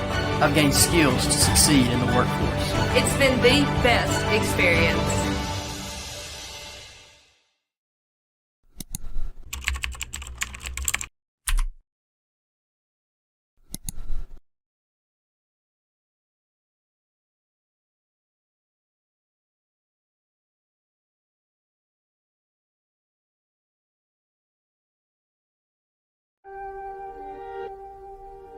Keep watching.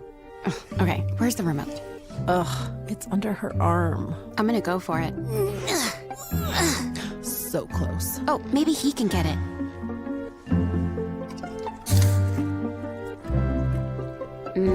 Guess not. I mean, can you blame him? We're delicious. Delicious and sugar-free. Delicious and caffeine-free. Yep. Anyway, about that remote.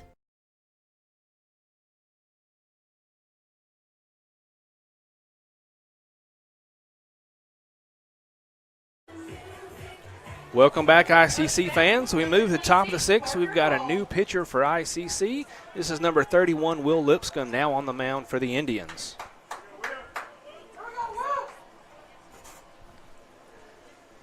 For the Tigers, this is the DH, Hall, at the plate. He takes strike one. He's 0 for 1 on the day, a strikeout, and then hit by a pitch, was left-stranded at first base. That one just starts inside and never leaves, hits him in the back. So twice in a row that Hall has been hit by a pitch, each by a different pitcher. Lipscomb comes in with a 4.5 ERA, 2 wins, no losses, 18 innings pitched, only giving up 16 hits, 10 runs, 9 of those earned with 9 walks and 13 strikeouts. He's got that very pretty powder blue glove, too. Would you like that, Coach? I figured that's what you would say. They don't make purple and gold gloves, so you just have to deal with that, I guess. Now they'll make one if you want one, I believe you. You that got pitch enough money. makes contact, goes out to left fielder running over, catches it, gets it quickly back in to keep the runner going back to first. So a fly out to left for Gilmore, the second baseman. Now It's you- the first out of the inning. Back to the top of the lineup here. Good thing is seeing a different pitcher, though, but you got speed at the plate. Yeah, this top of the lineup did a good bit of damage in the top of the fifth. Lipscomb throws over. Holds Hall at first base.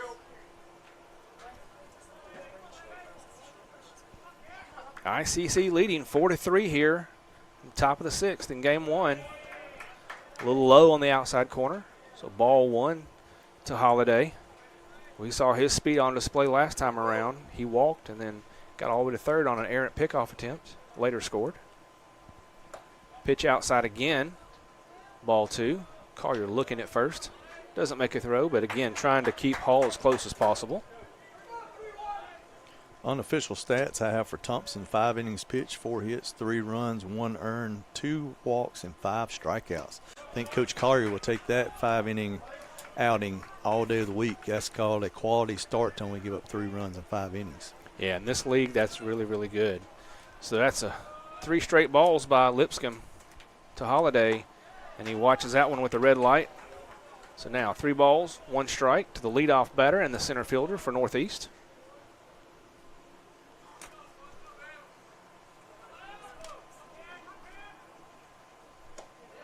Gets that outside corner he'd been trying to get. Finally fine-tunes it for the umpire's like. Holiday thinks it's a ball, but comes back to the box. So now full count. 1 out, man on first for the Tigers. Lipscomb looking for his first strikeout victim of the day. That one just hangs a little low, doesn't stay up in the area. So now 1 out, man on first and second for the Tigers. Once again threatening to cut back into ICC's lead.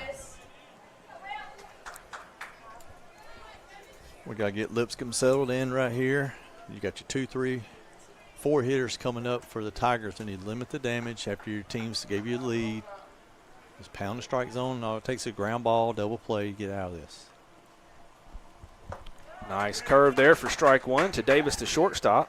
He's been on base and scored 2 out of 3 times today. Reached on error and later scored. Hit by a pitch and later scored. He also flew out to center once.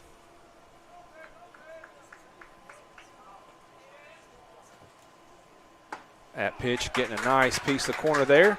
Davis doesn't seem too happy, but now he is down 0-2. And like you said, settling Lipscomb in. He seems a little more comfortable knowing where he needs to be on that outside corner for this umpire. Got a contact hitter here with 2 strikes. That one outside, good job by Collier to block it up, keep the runners in check at first and second. Excellent 0-2 pitch. You want something on the plate, then off the plate. And Davis is as on the plate as a batter can be. Right with 2 strikes. He's all the way up on it now. 1 ball, 2 strikes, 1 out. That pitch up and away. Evens the count at 2 balls and 2 strikes.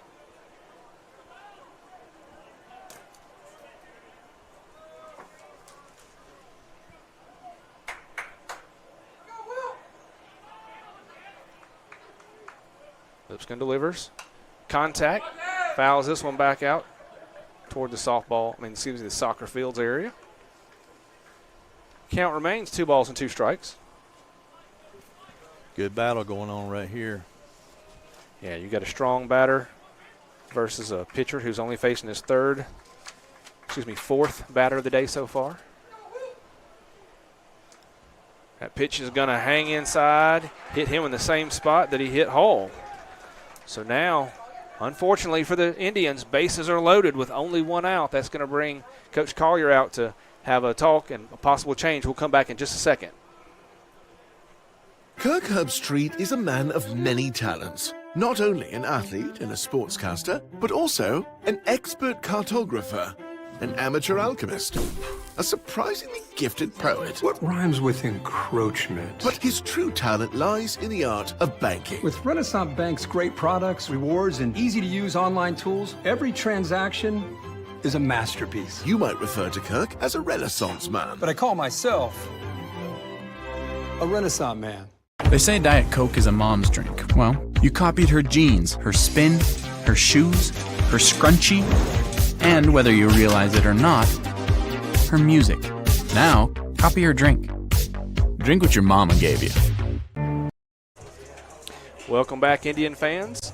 Coach Collier does make a change on the mound. This is going to bring in Tyler Yearwood, sophomore pitcher, Houston, Tennessee.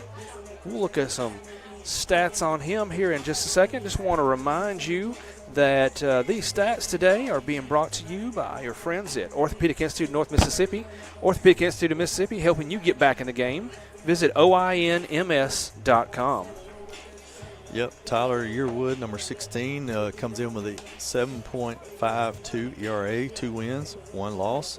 Pitched 20 innings on the year, 20 hits, 17 runs, all earned, with 24 base on balls and 28 strikeouts. So base on balls have been an issue for Yearwood, but he does have strikeout potential with 28 strikeouts and only 20 innings, and that's what your Indians are looking for right here. Exactly, and we'll take a second here to kind of give you a reset. If you're just joining us, we're in the top of the 6th inning. ICC leads Northeast 4-3 here in Game 1.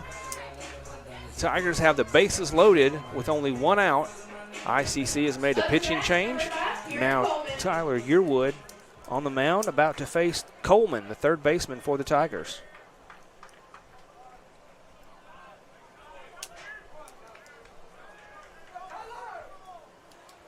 Yearwood gets set to deliver. First pitch strike on the lower outside corner. So good start for him. Get ahead of the batter. Tough situation to come in with the bases loaded and only 1 out, but like we said, he does have strikeout potential, even though it's the number 3 hitter. That one a little low and away. Collier able to rein it in. With those bases loaded, important to have your catcher blocking anything in the dirt. So now a 1-1 count. 1 ball, 1 strike, 1 out here in the top of the 6th inning. The Tigers threatening. Gets a swing and a foul tip there for strike 2. Like a curveball or slider type pitch. It's definitely running away from the hitter. Yeah, starts inside and moved away from him. Did a good job of fooling him. He just got just enough of it to catch a tip. So the 1-2 pitch. Ground ball through the hole of the first baseman into right field. That's going to bring 1 run in. That's going to bring 2 runs in. And on the throw, he will advance to second. So a 2 RBI single for Coleman puts Northeast back in the lead.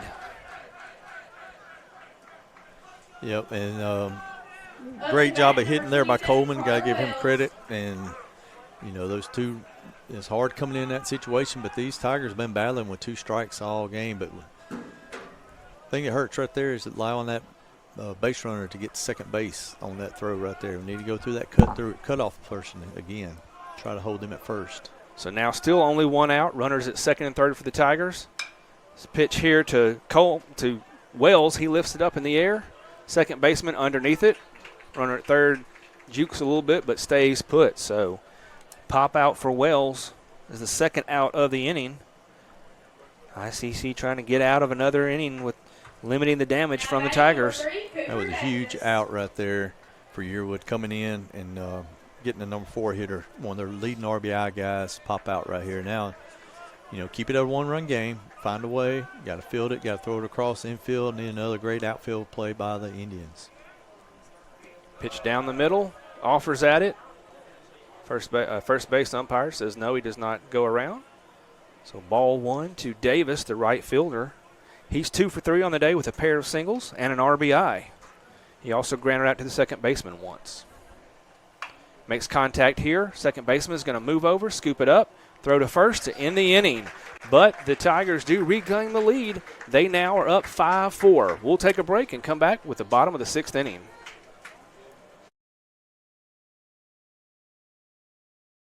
They say Diet Coke is a mom's drink. Well, You copied her jeans, her spin, her shoes, her scrunchie, and whether you realize it or not, her music.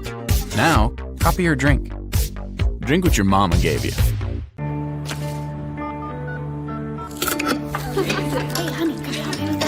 Today tastes like staying in. And it never tasted this good.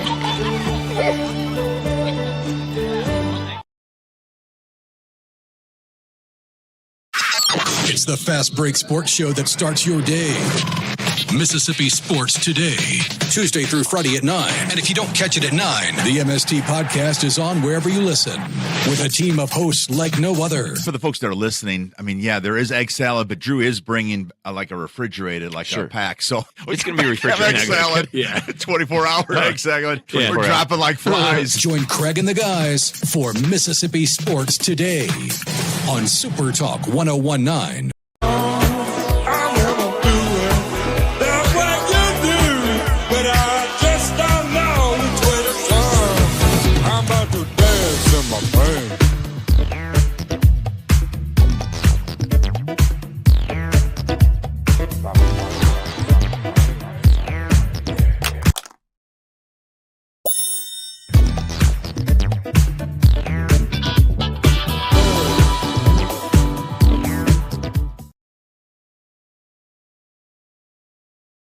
Ladies and gentlemen, we move to the bottom of the sixth inning. ICC once again trying to find its way back on top here as the Indians took the lead with 2 runs in the top of the sixth. Tigers now up 5-4. This is Stone Collier, your catcher for the Indians. He's 0 for 2 on the day. He's got a fly out to center, foul out into third base territory where the third baseman caught him there. He takes strike 1 to lead off this sixth inning for the Indians. As the old saying goes, deuces have gone wild the last 3 half innings. Two runs in each one of them. There's a curve that doesn't come back in. Stays outside for ball 1 to Collier. See if our Indians can come back and match the 2 that the Tigers put up in the top of the sixth.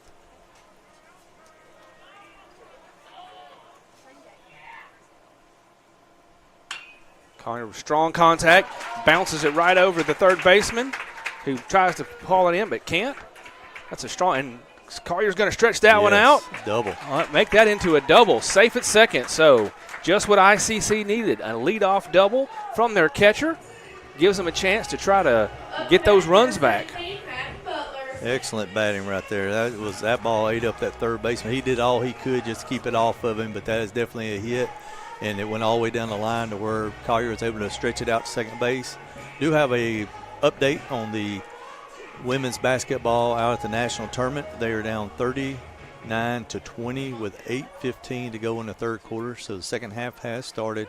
Look for our Indians to get their swag back and make a comeback in this game basketball. So your baseball Indians trying to do the same here. This is Madden Butler, your first baseman. He's 0 for 2 on the day. That pitch up and away for ball 1. He grounded out to the first baseman in the first inning and then grounded out to short in the fourth. So he's looking for his first base hit of the day and would love to find something to drive in Collier here and get another RBI on the year. That pitch drops in low. Curtis has got him the first 2 at times, but third time's a charm, and these guys were teammates at Corinth High School. Curtis graduating a year ahead of Butler. That one catches the corner there, according to the umpire. A little close for my count, but now the count goes to 2 balls and 1 strike. That's part of a pitcher being around the strike zone all day will get that type of call. Contact there. That one's going to fly out the right side of the field, out toward the parking lot. Softball. I keep saying softball. Soccer. We do so much softball together, Coach. It's got on my brain. That ball looks about like a golf ball to me compared to softball coming in. 2-2 pitch. Makes contact. It's going to drive up toward the shortstop. He gathers, throws across, and will retire Butler for the 3rd time today. Good job by the shortstop, gathering his feet, getting the hop he wanted, then shuffling to get a good throw across the diamond. Would like to see Butler at least try to get some on the right side of the field there with no outs to get Collier to third base with less than 2 outs. But with 2 strikes, he was just battling and did the best he could. At least he put the ball in play. Now we need a big hit from Kent to score Collier from second base. Kent, your shortstop, also looking for his first on base of the day. Makes contact, floats this one out to left. Left fielder is going to move. He's in the shadows, and he does haul that one in, so that's a fly out to left. 1 pitch, 1 out. It's what Curtis wanted, but not what the Indians wanted. Thought that ball had a chance to get down the way the left fielder was running over there in the shadows. Looked like that ball was cutting away from him towards that left field line, but just not enough. Now we need a 2-out hit with a runner on second. As you said, after a leadoff double by Stone Collier, he's still sitting at second, but now 2 outs. Looking for a rally here from Jackson. That pitch low and inside for ball 1. Even though that ball was not hit that deep to left field, with it taking the left fielder the way it was with the angle and him being it probably would still been deep enough to a chance at least trying to send Collier home if he was at third base. That one catches the outside corner to even the count. 1 ball and 1 strike. 2 outs here in the bottom of the 6th inning.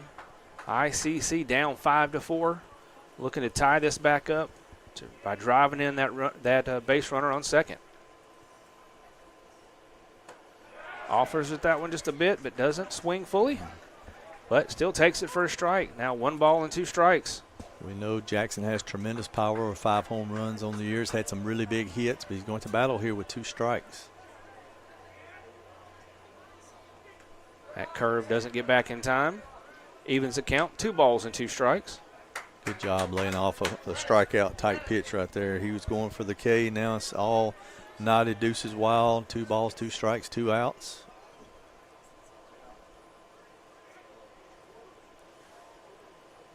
That one comes in low. Good job by Jackson to hold off on that one. Battles back to a 3-2 full count here. 3 balls, 2 strikes, and 2 outs in the bottom of the 6th. ICC with a runner on second, trying to tie up this game. Curtis still on the mound for the Indians. Delivers his pitch.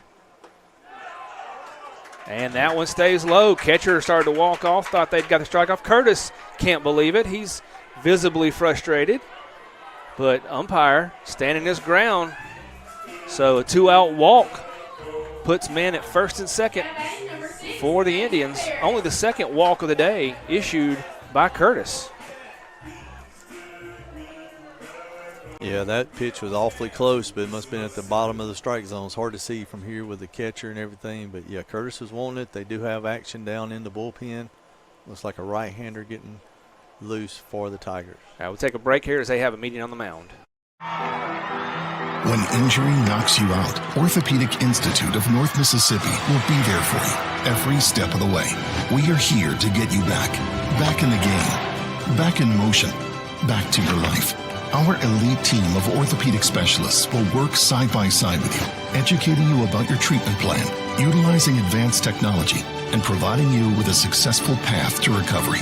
Orthopedic Institute of North Mississippi. We will get you back. LSU takes it. We'll be back next March.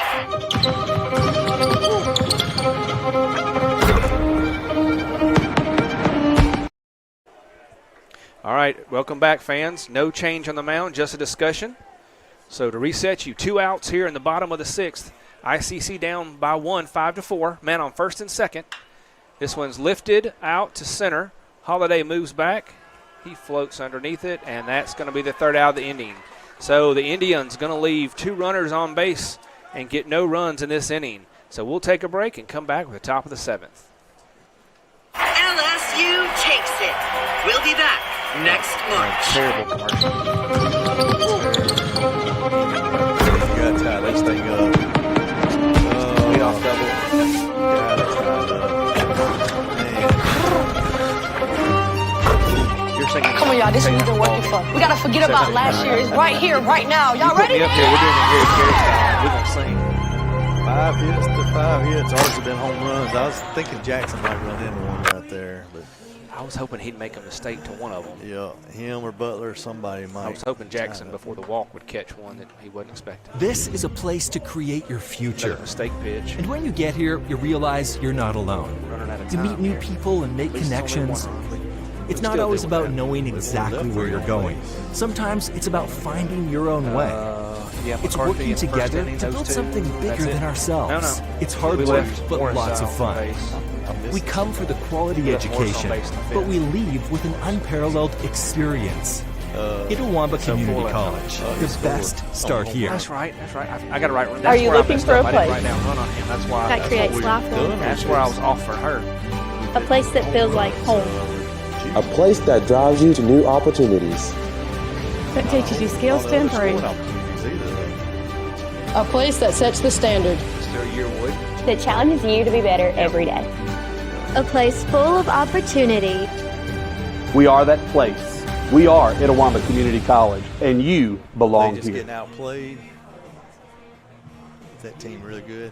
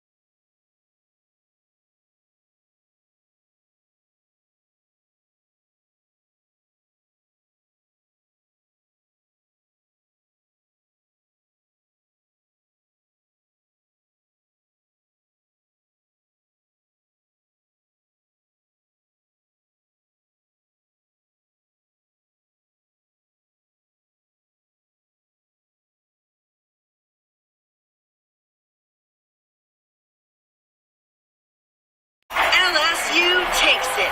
We'll be back next March.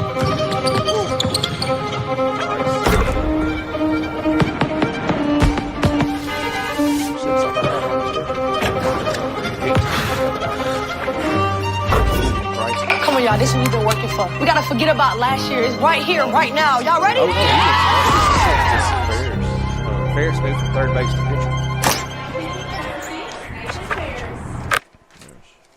Guaranty Bank, formerly known as First American National Bank, is a proud supporter of ICC athletics.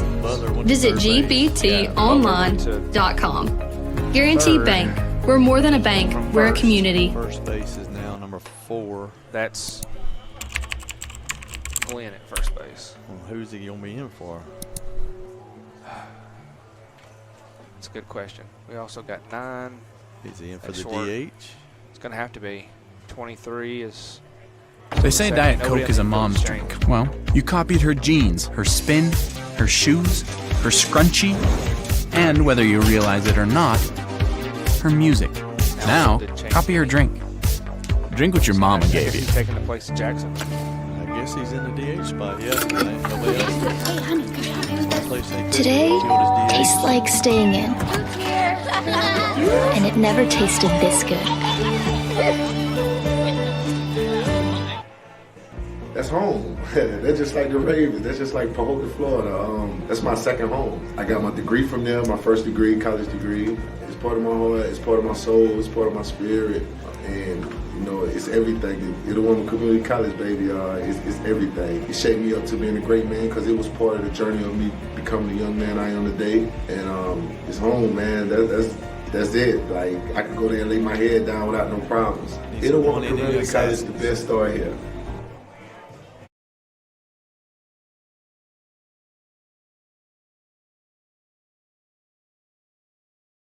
He'll be on the mound. Madison Butler, your first baseman, shifts over to play third base. And then number 4, Bryce Glenn, has come in to play first base for the Indians. So with no outs and a man on first, new pitcher Ferris will face the bottom of the lineup. A bunt down the third base line, picked up by Butler, thrown out at first. Going to throw back. They're going to get the man at second for getting too far. A double play. Nice play. So that is your also often 5-1-6 double play. No, excuse me, 5-1-4. I think that was Treadway, or was it? It's going to be 5-1-3. Excuse me, yes, 3. 5-1-3. 3-6, I believe. I'm getting tongue-tied. I got so excited. I'm with you. Indians needed that big time right there. That's changed the momentum now. Let's go get this number 8 hitter and get in the dugout and see if we can get the bats going again.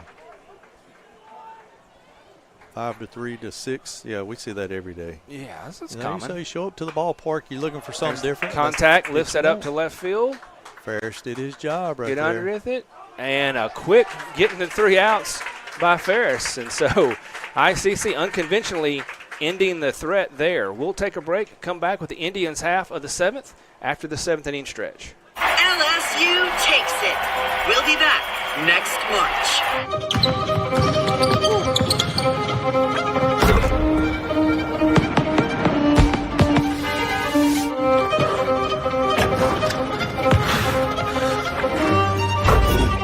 Come on, y'all. This is what we've been working for. We gotta forget about last year. It's right here, right now. Y'all ready?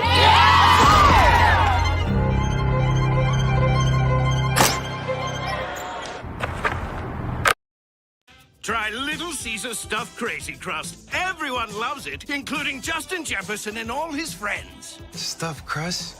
Buttery garlic spread? That looks mighty delicious, Justin. It sure does, Mr. Pumpernickel. And at $9.49, it's the lowest price in stuffed crust with no strings attached. No strings attached? You want a piece of me? No, Mr. Pumpernickel. Justin, run. Order delicious stuffed Crazy Crust for $9.49 and get your game day delivered with Little Caesars. Pizza. Another great Saturday of college football. You're always pushing yourself. There's no time to rest. You keep moving forward. The only thing better than your last accomplishment is your next. What's next? What's next? What's next? So, Allie, what's next? I guess we'll see. Find a bank that's successful. Back, Indian fans. That last inning, we had a Little Caesars double play. That double play brought to you by Little Caesars. Grab a hot and ready pizza on South Adams Street in Fulton when you're ready. So during the break, Northeast has made a pitching change. Curtis had a nice outing, but now they have brought in number 17, Jacoby Smith, and we'll let Coach Kurt give us some stats on there. Yeah, Smith comes in with a 6.35 ERA. He has have 3 wins, no losses on the season. He has started a couple of games. 17 innings pitched, only 13 hits. 14 runs, 12 earned with 18 walks and 15 strikeouts. So has had some walk issues at times this year. So he throws his first pitch for ball 1. ICC at the bottom and turning over to the top of the lineup here in the 7th, where they've done most of their damage by getting Morris on. He's got a walk and a single, scored both times by homers from Treadway. He swings and misses at that one, evens the count 1-1. So based on how things have gone so far for the Indians, this is their opportunity to try to put a couple more runs back up here.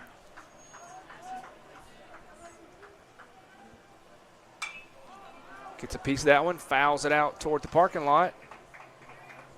Smith is from Tupelo, so a lot of our guys will surely have a lot of information on him and have seen him several times. So hopefully we're relaying that and can get some quality at bats. We just need more base runners than what we've had so far in this game. That one, nice inside curve ball. Gets him looking for Smith's first Renaissance Bank strikeout of the day. Renaissance Bank, the bank that cares about you. Find out more at renaissancebank.com. That is what you want if you're the Tigers, to come in and get that first out. And he buckled Morris there with that inside curve ball he thought was coming at him, and it broke late. There's a foul back by Green, your center fielder. He's 0 for 2 on the day. He fouled out to the to the first baseman, who caught that one in foul territory, and then struck out. in the 5th. So he's looking for his first time on base today. Catches a piece of one, foul tips that one. He's down 0-2. We just need somebody to get on base here in front of Jude Treadaway, who has 2 home runs on the day. Yeah, two-run homers on the day, so. That one on the outside. Holds up. Pitch stays out. 1 ball, 2 strikes.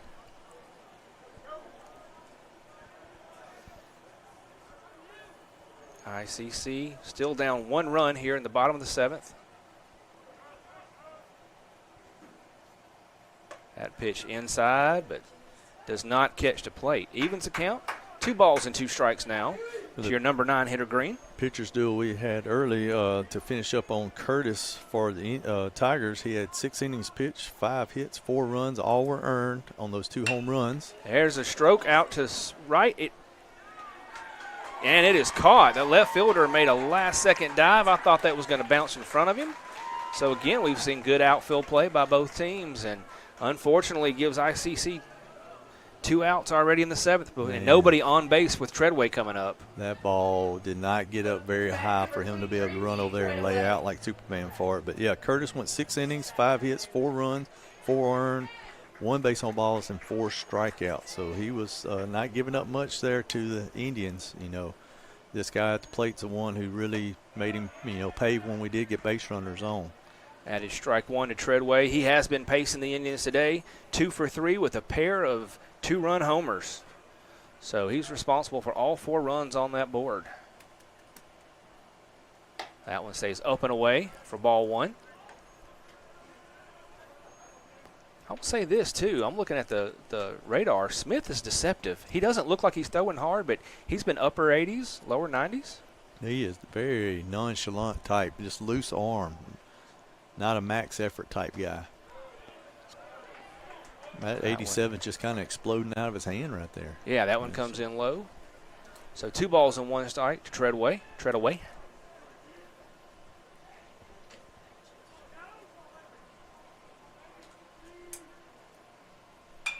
He reaches out, gets a piece of that one. He's going to foul it back off towards the disc golf course and the trees behind the ICC bullpen.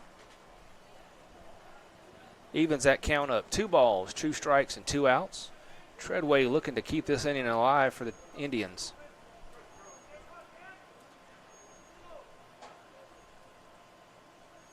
Gets one there. He's going to lift it out over shortstop into left field. So his 3rd hit of the day as a 2-out single, trying to get a rally started here for the Indians. And with the Indians, with the power that they have, 30 home runs, leading the MACCC and slugging percentage, hitting, all that, you're always in the game, especially with this guy right here coming to bat. McCarthy's 1 for 3 on the day. He's got a single, a strikeout, and a fly out to center. Looking to get an RBI here. Tie this game up. Looks at strike 1 there on the corner. Treadaway is 3 for 4 on stolen bases. He leads the Indians with those 3 stolen bases, but you think he's going to let McCarthy hit right here? I would think that'd be Coach Collier's plan. That one hangs up high. Evens the count. 1 ball, 1 strike. I know there's a time and a place for stealing with 2 outs, but I'm always a little cautious about that. Especially when you're behind by 1, you don't want to waste that runner.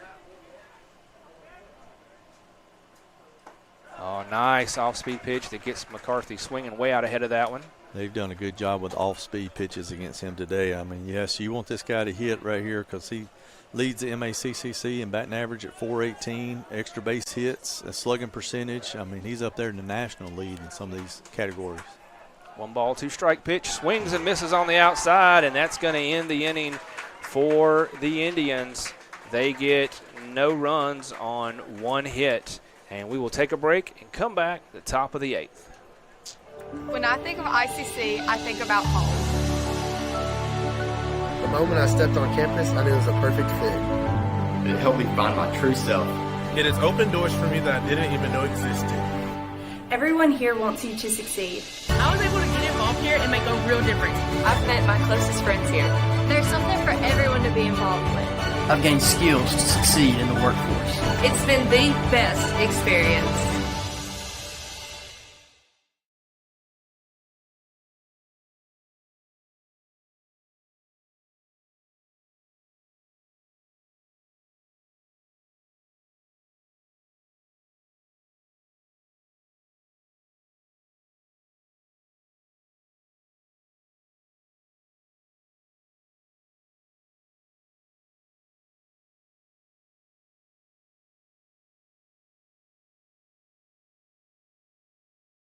Kirk Herbstreit is a man of many talents. Not only an athlete and a sportscaster, but also an expert cartographer, an amateur alchemist, a surprisingly gifted poet. What rhymes with encroachment? But his true talent lies in the art of banking. With Renaissance Bank's great products, rewards, and easy-to-use online tools, every transaction is a masterpiece. You might refer to Kirk as a Renaissance man. But I call myself a Renaissance man. All right, Little Caesar's Crazy Puffs. Whoa!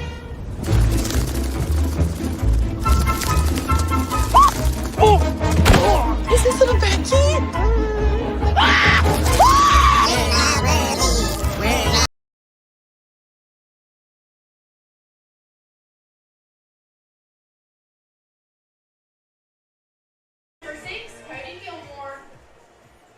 Welcome back, Indian fans. We move to the top of the 8th inning here in Game 1 in Fulton between your ICC Indians and the visiting Northeast Tigers. The visitors have grabbed a 5-4 lead. There's a ground ball. Third baseman's going to come up, throw across. Butler gets it to Glenn, and that is first out of the inning. So a 5-3 put out of that was Gilmore. Batting number 1, Leif Holiday. Brings us back to the top of the lineup for the Tigers. As I was trying to say, the Tigers are leading 5-4 here. Been a back and forth. A lot of lead changes in this game. This is Holiday, the center fielder. He is technically 0 for 2 with a strikeout and a batter's interference. He's reached twice on a walk and scored twice. He looks at strike one to even the count. 1 ball and 1 strike. So what we've learned, Coach, is you want to keep him off the base path. Most definitely. He shows bunt, pulls back, and didn't pull back in time, in my opinion, but umpire gives him a ball there. So I guess it was off the plate, no matter that he offered.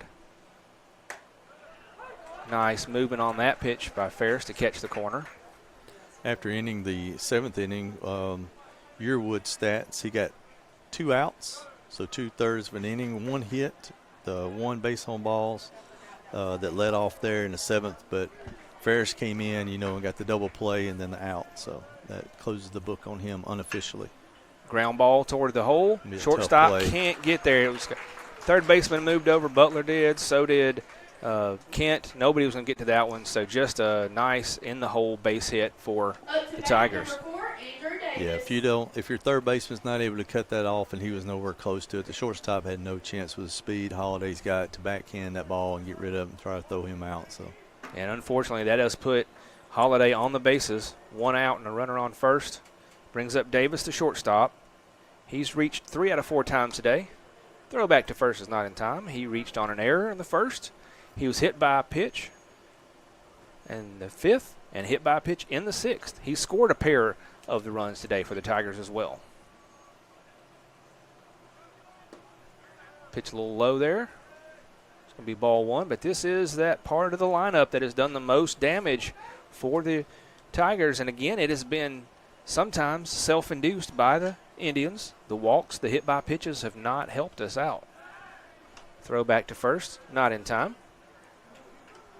Yes, way too many base runners put on by the Indian pitchers today with the walks and the hit by pitches. You've got to make these Tigers hit. We've got 2 right here. That one, hit and run opportunity there. He fouls that one back into the net. Evens the count. 1 ball, 1 strike. We'll take that. Indians will, because he had a huge jump right there. Ferris a little slow, as tall as he is, 6'5", 6'6", releasing the ball and stuff, and he got a huge jump. So now 1-1 pitch. That one hangs out to the outside. Another hit by pitch like you just talked about, Coach. Man, we're not just nipping on them either. We've hit 2 or 3 in the back. And that is the 3rd hit by pitch on the Davis, the shortstop for the Indians. In a row. 3rd in a row, too. 3rd in a row before the 3 and 4 hitters. So unfortunately, this is exactly how the 6th inning that hurt the Indians. Coach Harrell's going to come out, have a talk to the umpire. I don't know if he wants to go check on his shortstop, having been hit in the back for the 3rd time in a row. They're going to have a conversation here along the first base path, probably just to make sure that he's okay, make sure, does he need a pinch runner, how's he?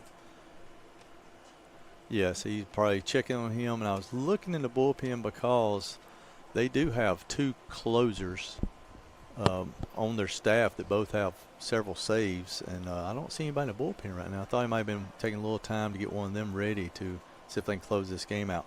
ICC does have 1 person in the bullpen, but they're just kind of warming, stretching. They're not really throwing right now. So no changes. Davis will stay at first base. Holiday at second. So runners at first and second, only 1 out here. The Tigers are threatening once again as Ferris will face Coleman, the third baseman. He gets a piece of that one, fouls it back into the parking lot. No cars on that one. I think it Nope. went straight to the That ditch. one came short. So far, my count so far today is 5 foul balls and only 1 car hit. Coleman did have a big 2 RBI single earlier. He chops that one over the head of the second baseman into the outfield. That's going to send Holiday easily with his speed. Other runners will go to third. They're going to try to catch the runner at first, but they're not going to do that either as they hold the ball. So there's an RBI single from Coleman, his second of the day. Yes, that's actually 3 in the last 2 innings. He's batted, in the 6th inning, he had that 2 RBI hit, and then he got a single right there with RBI. So he's drove in half their runs today. Right here, you got 1 out, first and third. Their cleanup hitter, Indians got to find a way to keep it at 2 runs. Wells is officially 0 for 2 on the day. He's reached once by walk, once by an error. So ICC wants to find a way to get him out here, get that second out of the inning. Not allow this lead to get any bigger for the Tigers. Gets him to swing and a throw down to second. They're watching for the runner at third too, so they get nothing. But that is a stolen base by Coleman as he gets to second. Yep, little cut play there. That ball came through, and second baseman cut it. He was reading to see if guy at third would take off and would go home with it. Now your Indians in a situation where you don't want to be with a cleanup hitter, but they got to go infield in and try to stop the runs right here. So now a no ball, 1 strike pitch right down the middle. Gets a piece of that one, fouls it into the net. We do have an update on the ICC women's basketball team at the national tournament with 7:16 left in the 4th quarter. They're down 54-30. 54-30. Pitch on the outside. Of course, Collier was set up way on the outside there. So I think that pitch was purposefully seen if he would swing it, chase something, or catch a runner maybe at third napping. So now 1 ball, 2 strikes.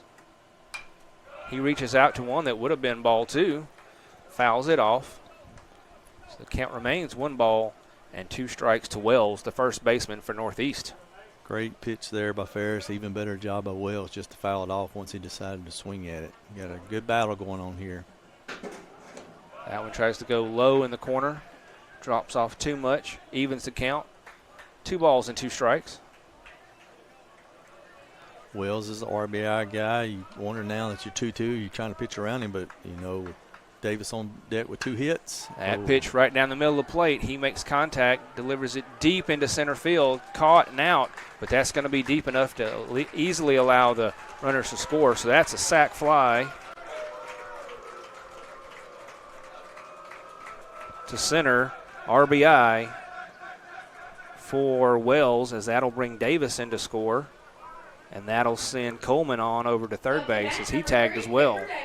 That sac fly brought to you by the ICC Wesley Foundation. Remind you the ultimate sacrifice paid for our sins. They meet Tuesday nights at 7 and are located across the street from the Davis Event Center. A ground ball there gets past the third baseman into left field. So another RBI single for the Tigers as they are really opening up their lead here in the 8th. Yeah, right here is as far as you definitely want to go. It's to be at 4 runs. You still got a chance with a grand slam to tie it up, but you don't want any more than that. But, yeah, that is Cooper Davis' 3rd hit of the day. All singles, but 2 RBIs. Yeah, productive when he needs to be. So now with 2 outs, a swing and a pitch down to second, not in time to catch the runner. So Northeast just being active all over the place. as Davis goes for a stolen base. Yep, they're keeping the heat. That's what they do. Not hit for a lot of power, a lot of home runs, but they run the bases and they try to put pressure on you, and they're doing a good job of it today. That pitched in the dirt but blocked up by Collier. So now 1 ball, 1 strike count to Cagle, the catcher for Northeast. He's 0 for 2 on the day with a ground out and a foul out. He reached on a hit by pitch, was thrown out at the plate. He also walked and was thrown out at second as part of a double play. He takes strike 2 on the corner. Cagle trying to keep the inning alive. Add to this lead for Northeast. They've now stretched it from 5-4 to 8-4. Pitch outside for a ball.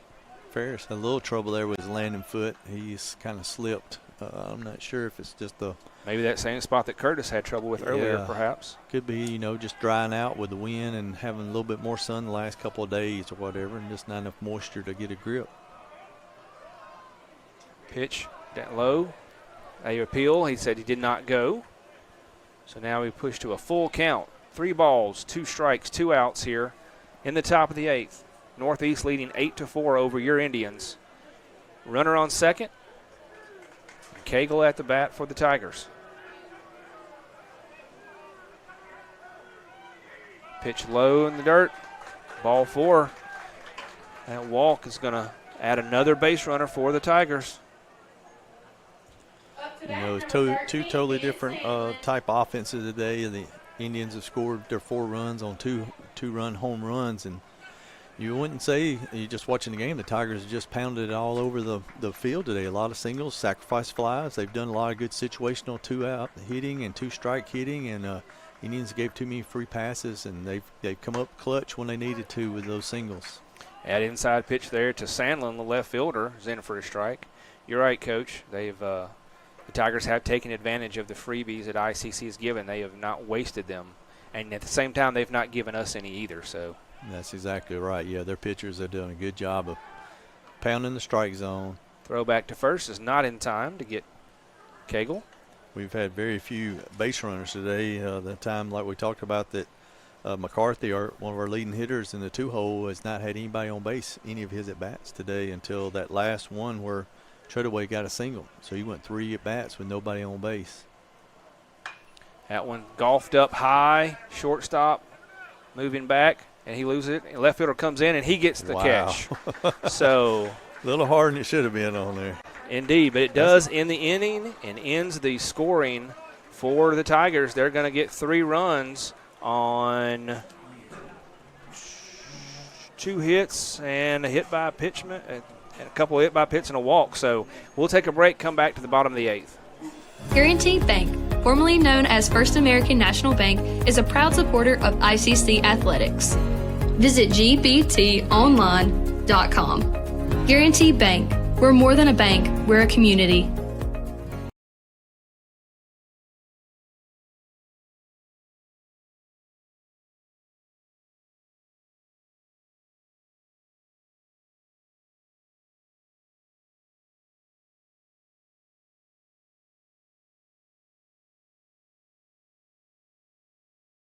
Kirkherb Street is a man of many talents, not only an athlete and a sportscaster, but also a maestro of the clarinet, a famous speed solver, piece of cake, a noted cheese connoisseur, Limburger. But his true talent lies in the art of banking. With Renaissance Bank's great products, rewards, and easy-to-use online tools, every transaction is a masterpiece. You might refer to Kirk as a Renaissance man. But I call myself a Renaissance man. When I think of ICC, I think about home. The moment I stepped on campus, I knew it was a perfect fit. It helped me find my true self. It has opened doors for me that I didn't even know existed. Everyone here wants you to succeed. I was able to get involved here and make a real difference. I've met my closest friends here. There's something for everyone to be involved with. I've gained skills to succeed. Welcome back, ICC fans. We move to the bottom of the 8th. ICC now finds themselves in a bigger hole as the Tigers from Northeast were able to grab 3 there in the top of the 8th. ICC now down 8-4. This is Collier, the catcher, at the plate. He had a double the last time up. He looks at a pitch outside for ball one. Collier 1 for 3 on the day with that leadoff double in the 6th. Looks at one down the middle, but low. 2 balls and no strikes. This is Smith, second pitcher of the day for the Tigers, still on the mound. He's come in and been fairly effective so far. Catches that outside corner there. Now the count moves to 2 balls and 1 strike on Stone. Yep, we got to have base runners. You're down 4 runs, not going to hit a 4-run home run without runners getting on base. Having right down the middle there. Evens the count up. 2 balls, 2 strikes. So now let's see what Collier will do with the 2-2 count. That one inside and called a strike on the inside corner. Cheers from the Northeast fans and not really anybody else, but that's a strikeout looking. And that's going to be the second Renaissance Bank strikeout of the day for Smith. Third, okay, I missed one. So 3, Renaissance Bank, bank that cares about you. There's a swing and a miss by Butler. He is 0 for 3 on the day, looking for his first time on base.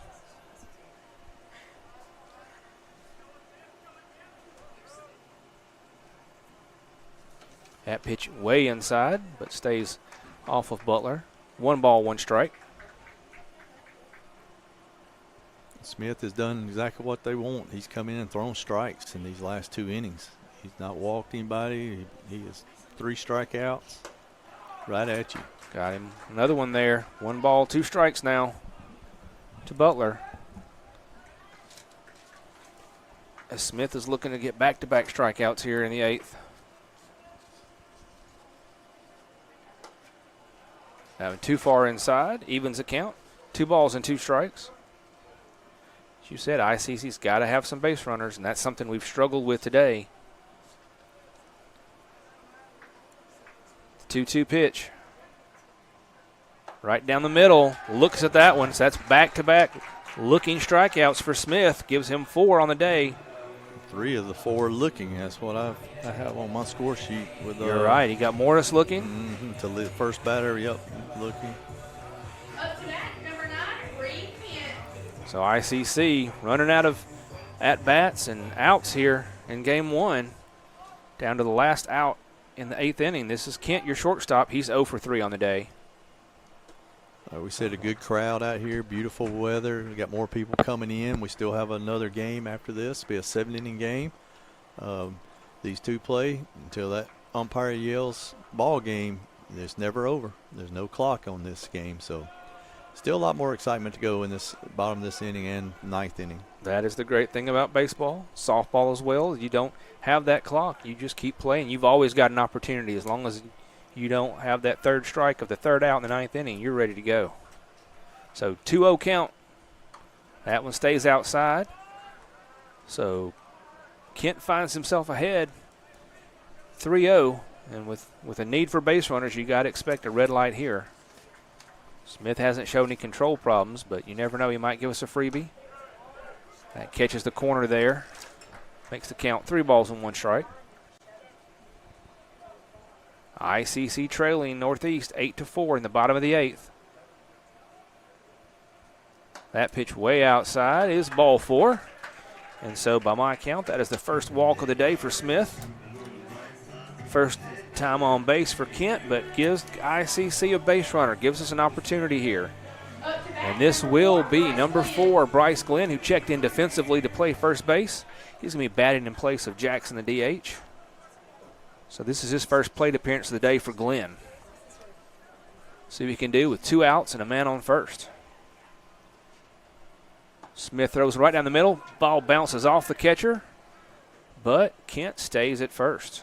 That one going away from where the runner at first base was able to see the ball. Need a little more help from the batter there. Glenn comes in hitting .294 on the season. So, I mean, good at bat, good batter coming off the bench right here.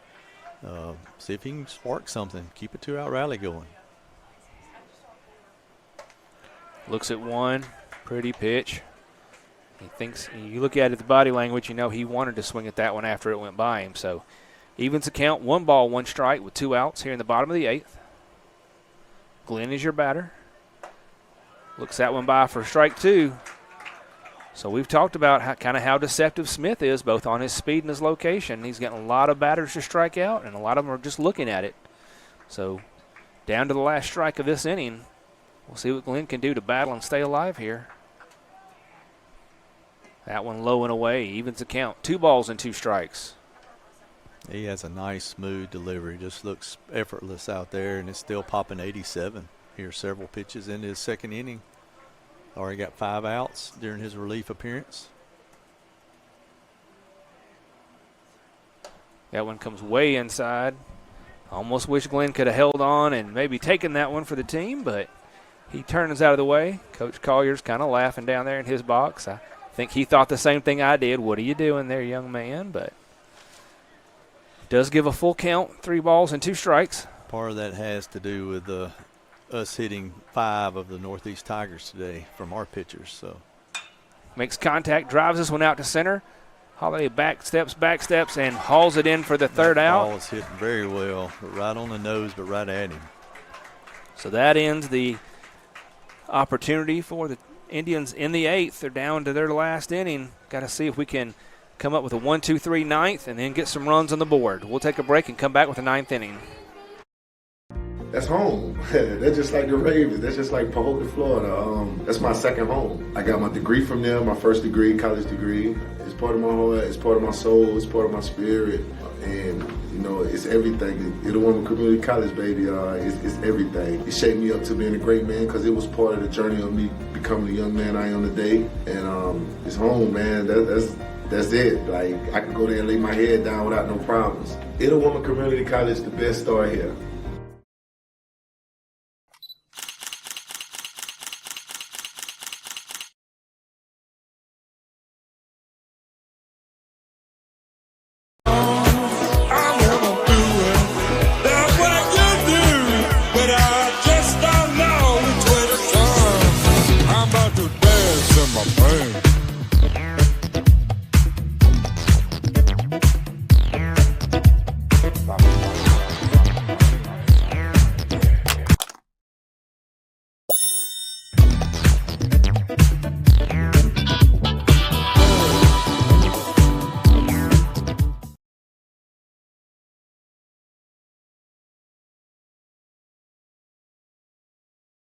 LSU takes it.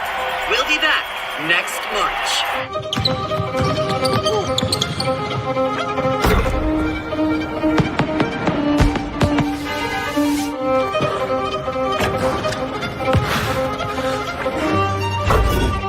Come on, y'all. This is what we've been working for. We gotta forget about last year. It's right here, right now. Y'all ready?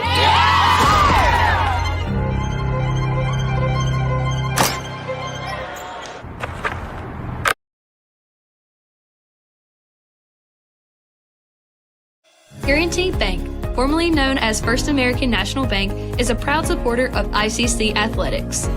Visit gbtonline.com. Guaranteed Bank, we're more than a bank, we're a community.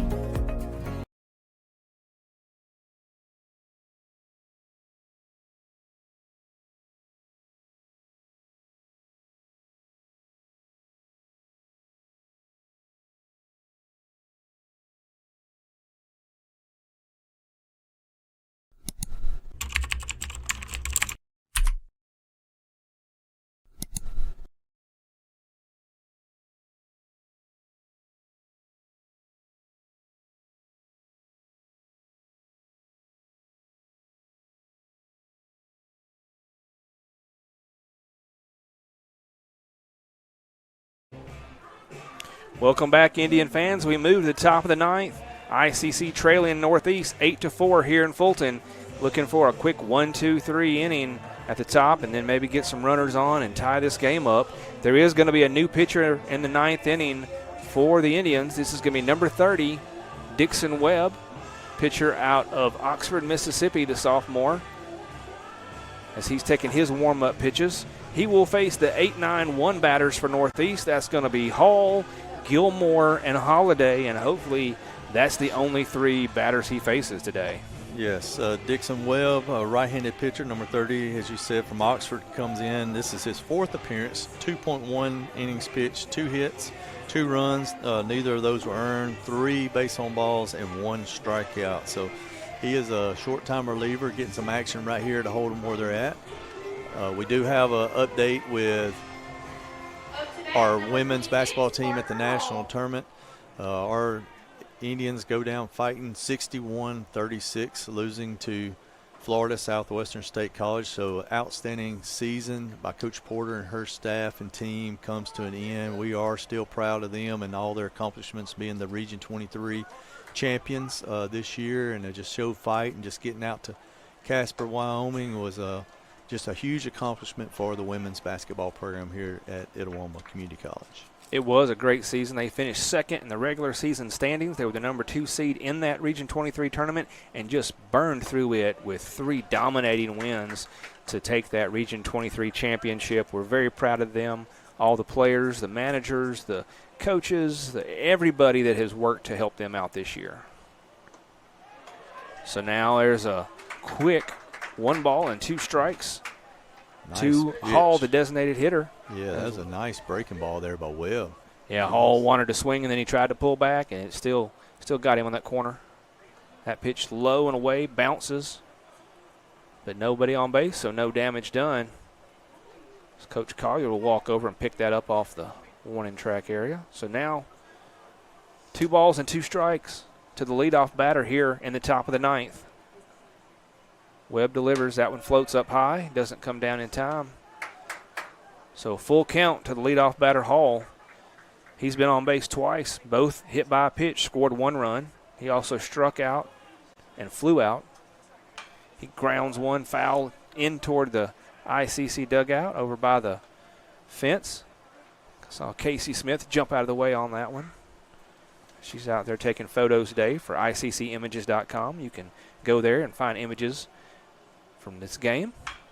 Gets a hold of this one, deep left, going back, and that one is going to go out of the ballpark for the Indians.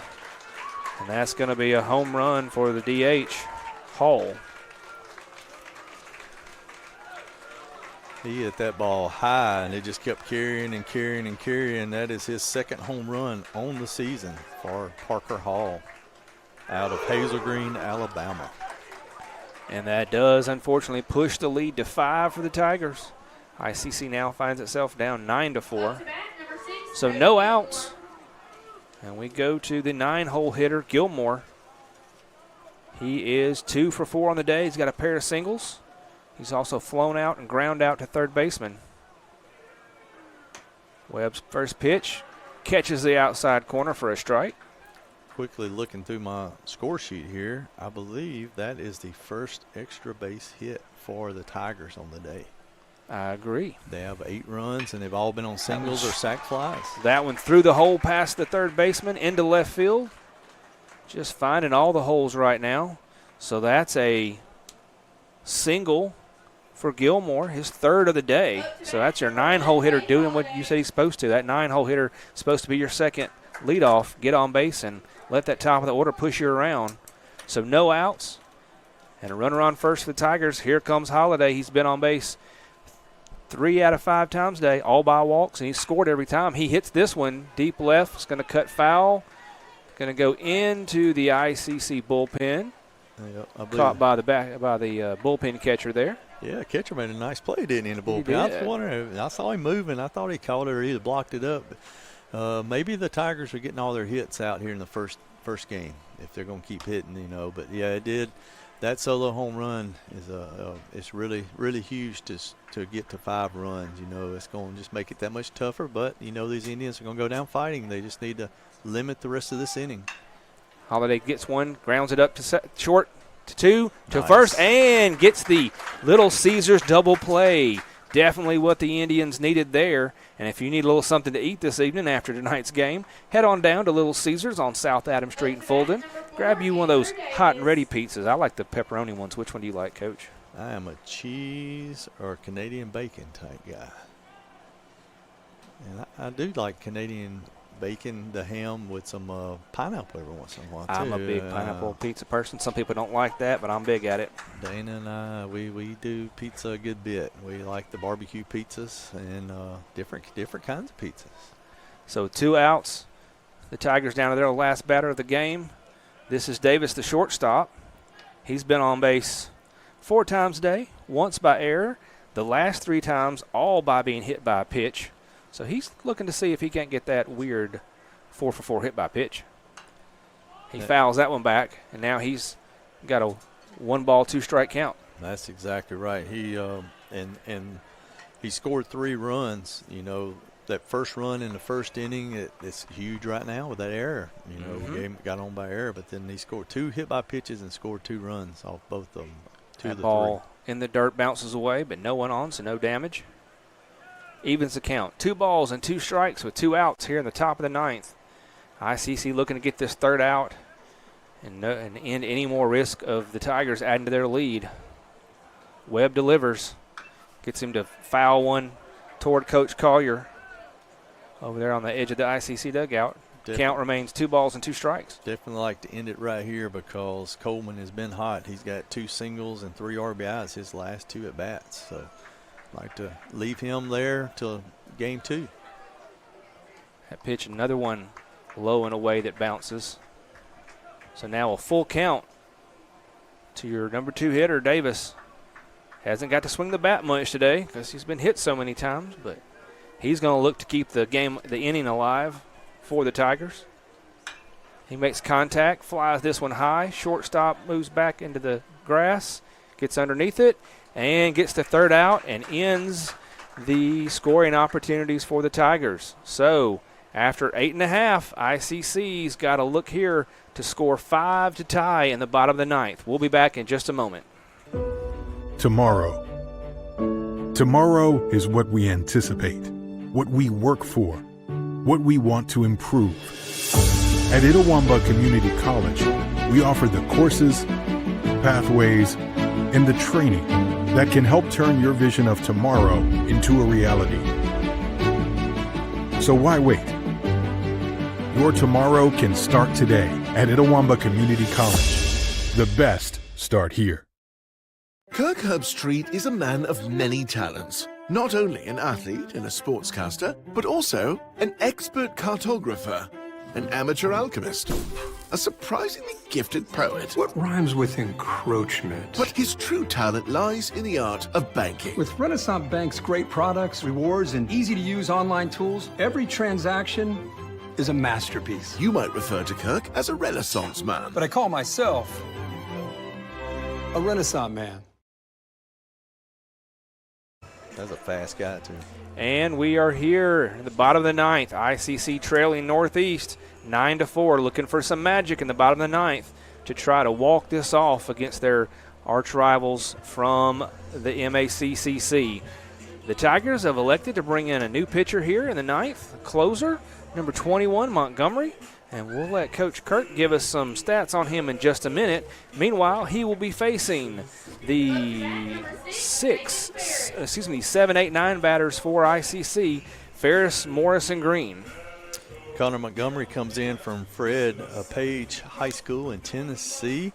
He has got a 3.32 ERA, 1 win, 2 losses. This is his 16th appearance. He's had a lot of appearances. He is 4th. Got 4 saves, which is 3rd in the MACCC for saves, with 19 innings pitched, 15 hits, 8 runs, 7 of those earned, 11 walks, 25 strikeouts in 19 innings. So he is a strikeout pitcher. He is one of their closers, and they're looking to shut it down right here. But one thing we need to do is try to extend his pitches, see if he can at least, if we don't score 5 runs to tie, 6 to win, get his pitch count up and see him a lot. This is Ferris. He looks at ball 1. He started the game at third base. He came in and pitched in relief for the Indians as well. He was relieved by Webb, but still into bat here. So that one floats up and away. So Montgomery gives up 2 balls to start the at bat to Ferris.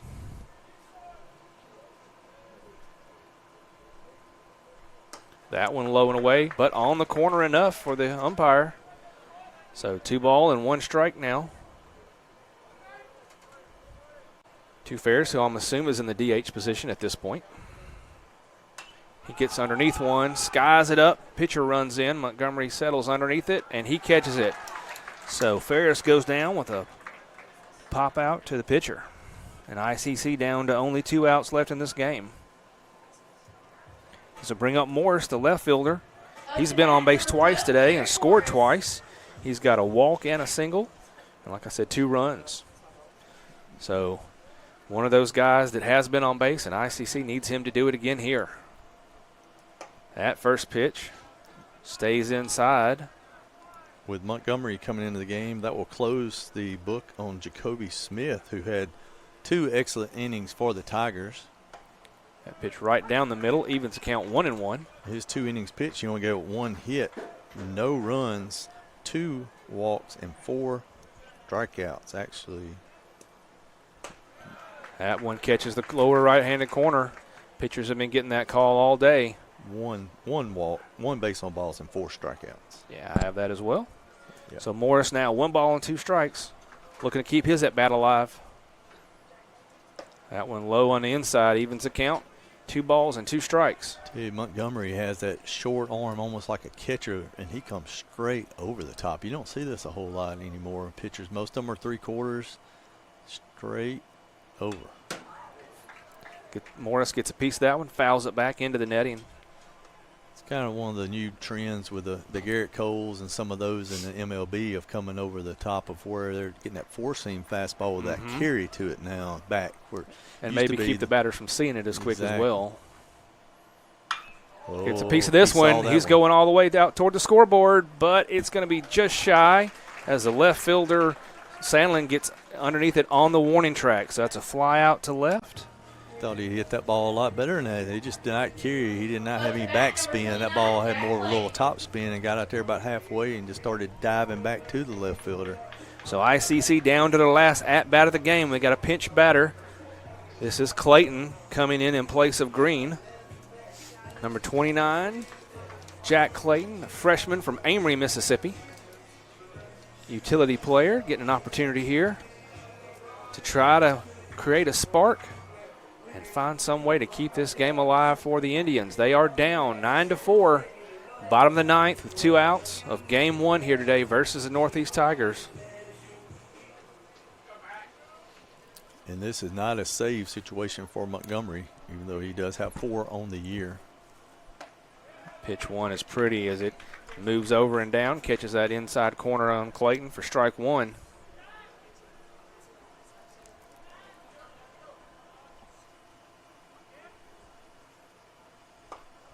Almost the same spot, but must have been a little bit lower.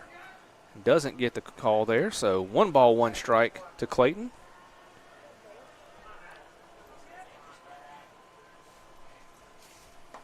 That one in about the same spot. Clayton makes a quick move but pulls back, so 2 balls and a strike. Staying alive, keeping the Indians alive in this game 1. And gets him to swing and miss at another one in that same general area. So 2 balls and 2 strikes now. ICC down to their last strike in this first game.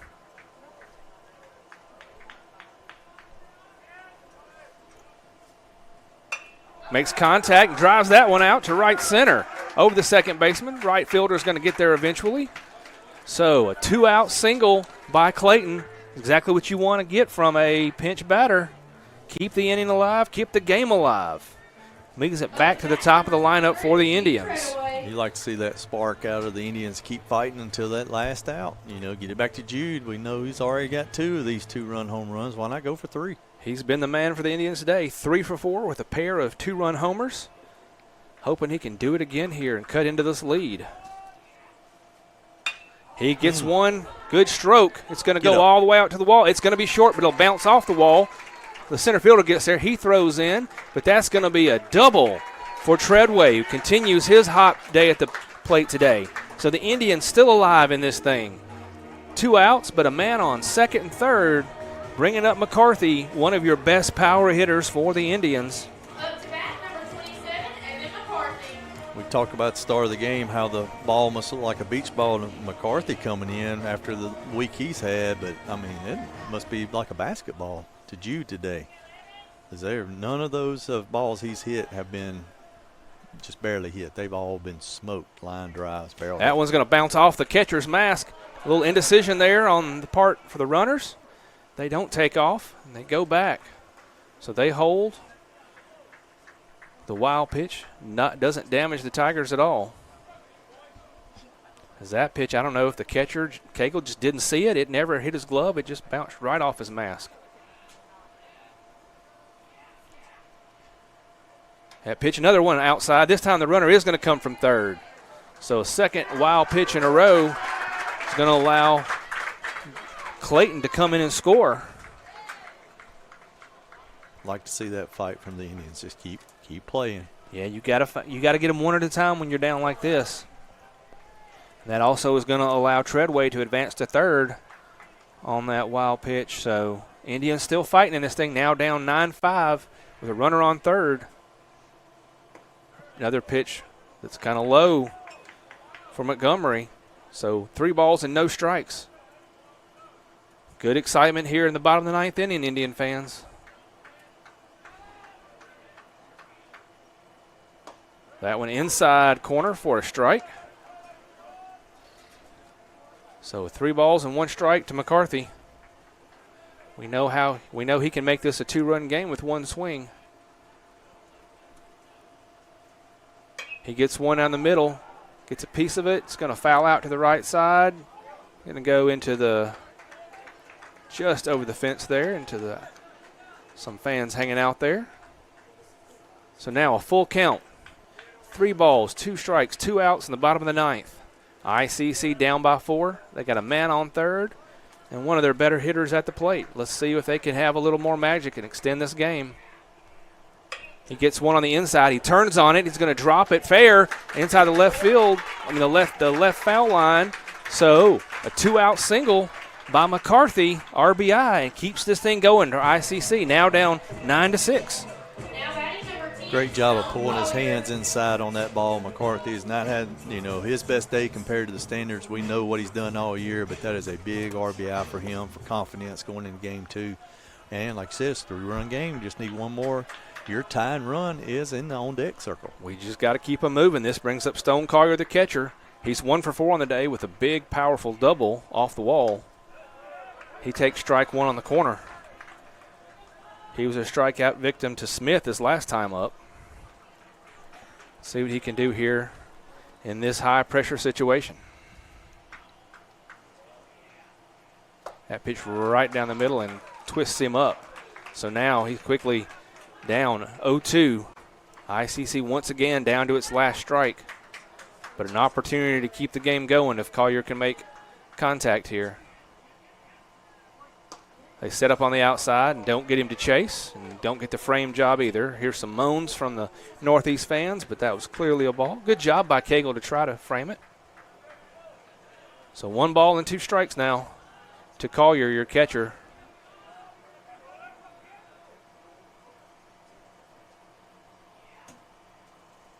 Way outside, still won't chase. Evens the count. 2 balls, 2 strikes, 2 outs in the bottom of the 9th. ICC with a man on first, hoping to cut into this 3-run deficit, keep this game alive.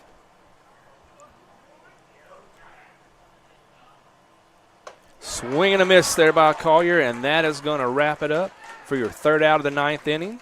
ICC is going to go down by a score of 9-6. We'll take a short break and come back with the Renaissance Bank postgame show.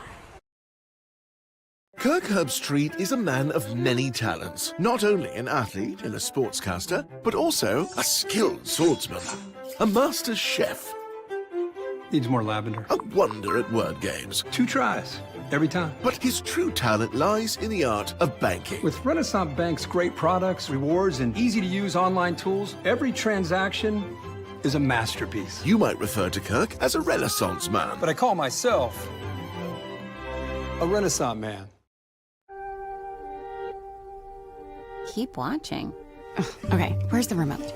Ugh, it's under her arm. I'm gonna go for it. So close. Oh, maybe he can get it.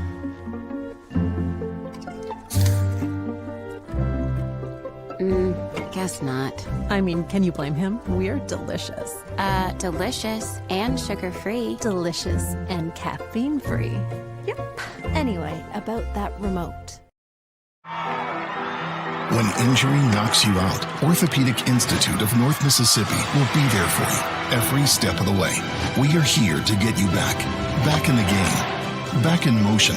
Back to your life.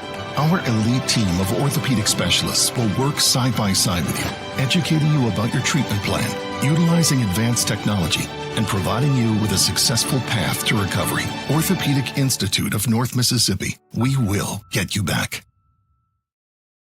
When I think of ICC, I think about home.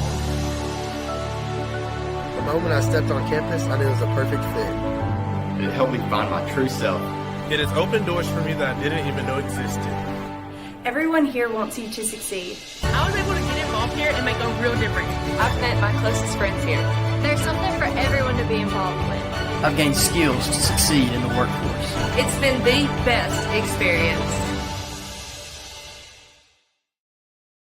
Try Little Caesars Stuffed Crazy Crust. Everyone loves it, including Justin Jefferson and all his friends. Stuffed crust? Buttery garlic spread? That looks mighty delicious, Justin! It sure does, Mr. Pumpernickel. And at $9.49, it's the lowest price in stuffed crust, with no strings attached. No strings attached? You want a piece of me? No, Mr. Pumpernickel. Justin, run. Order delicious stuffed Crazy Crust for $9.49 and get your game day delivered with Little Caesars. Pizza, pizza.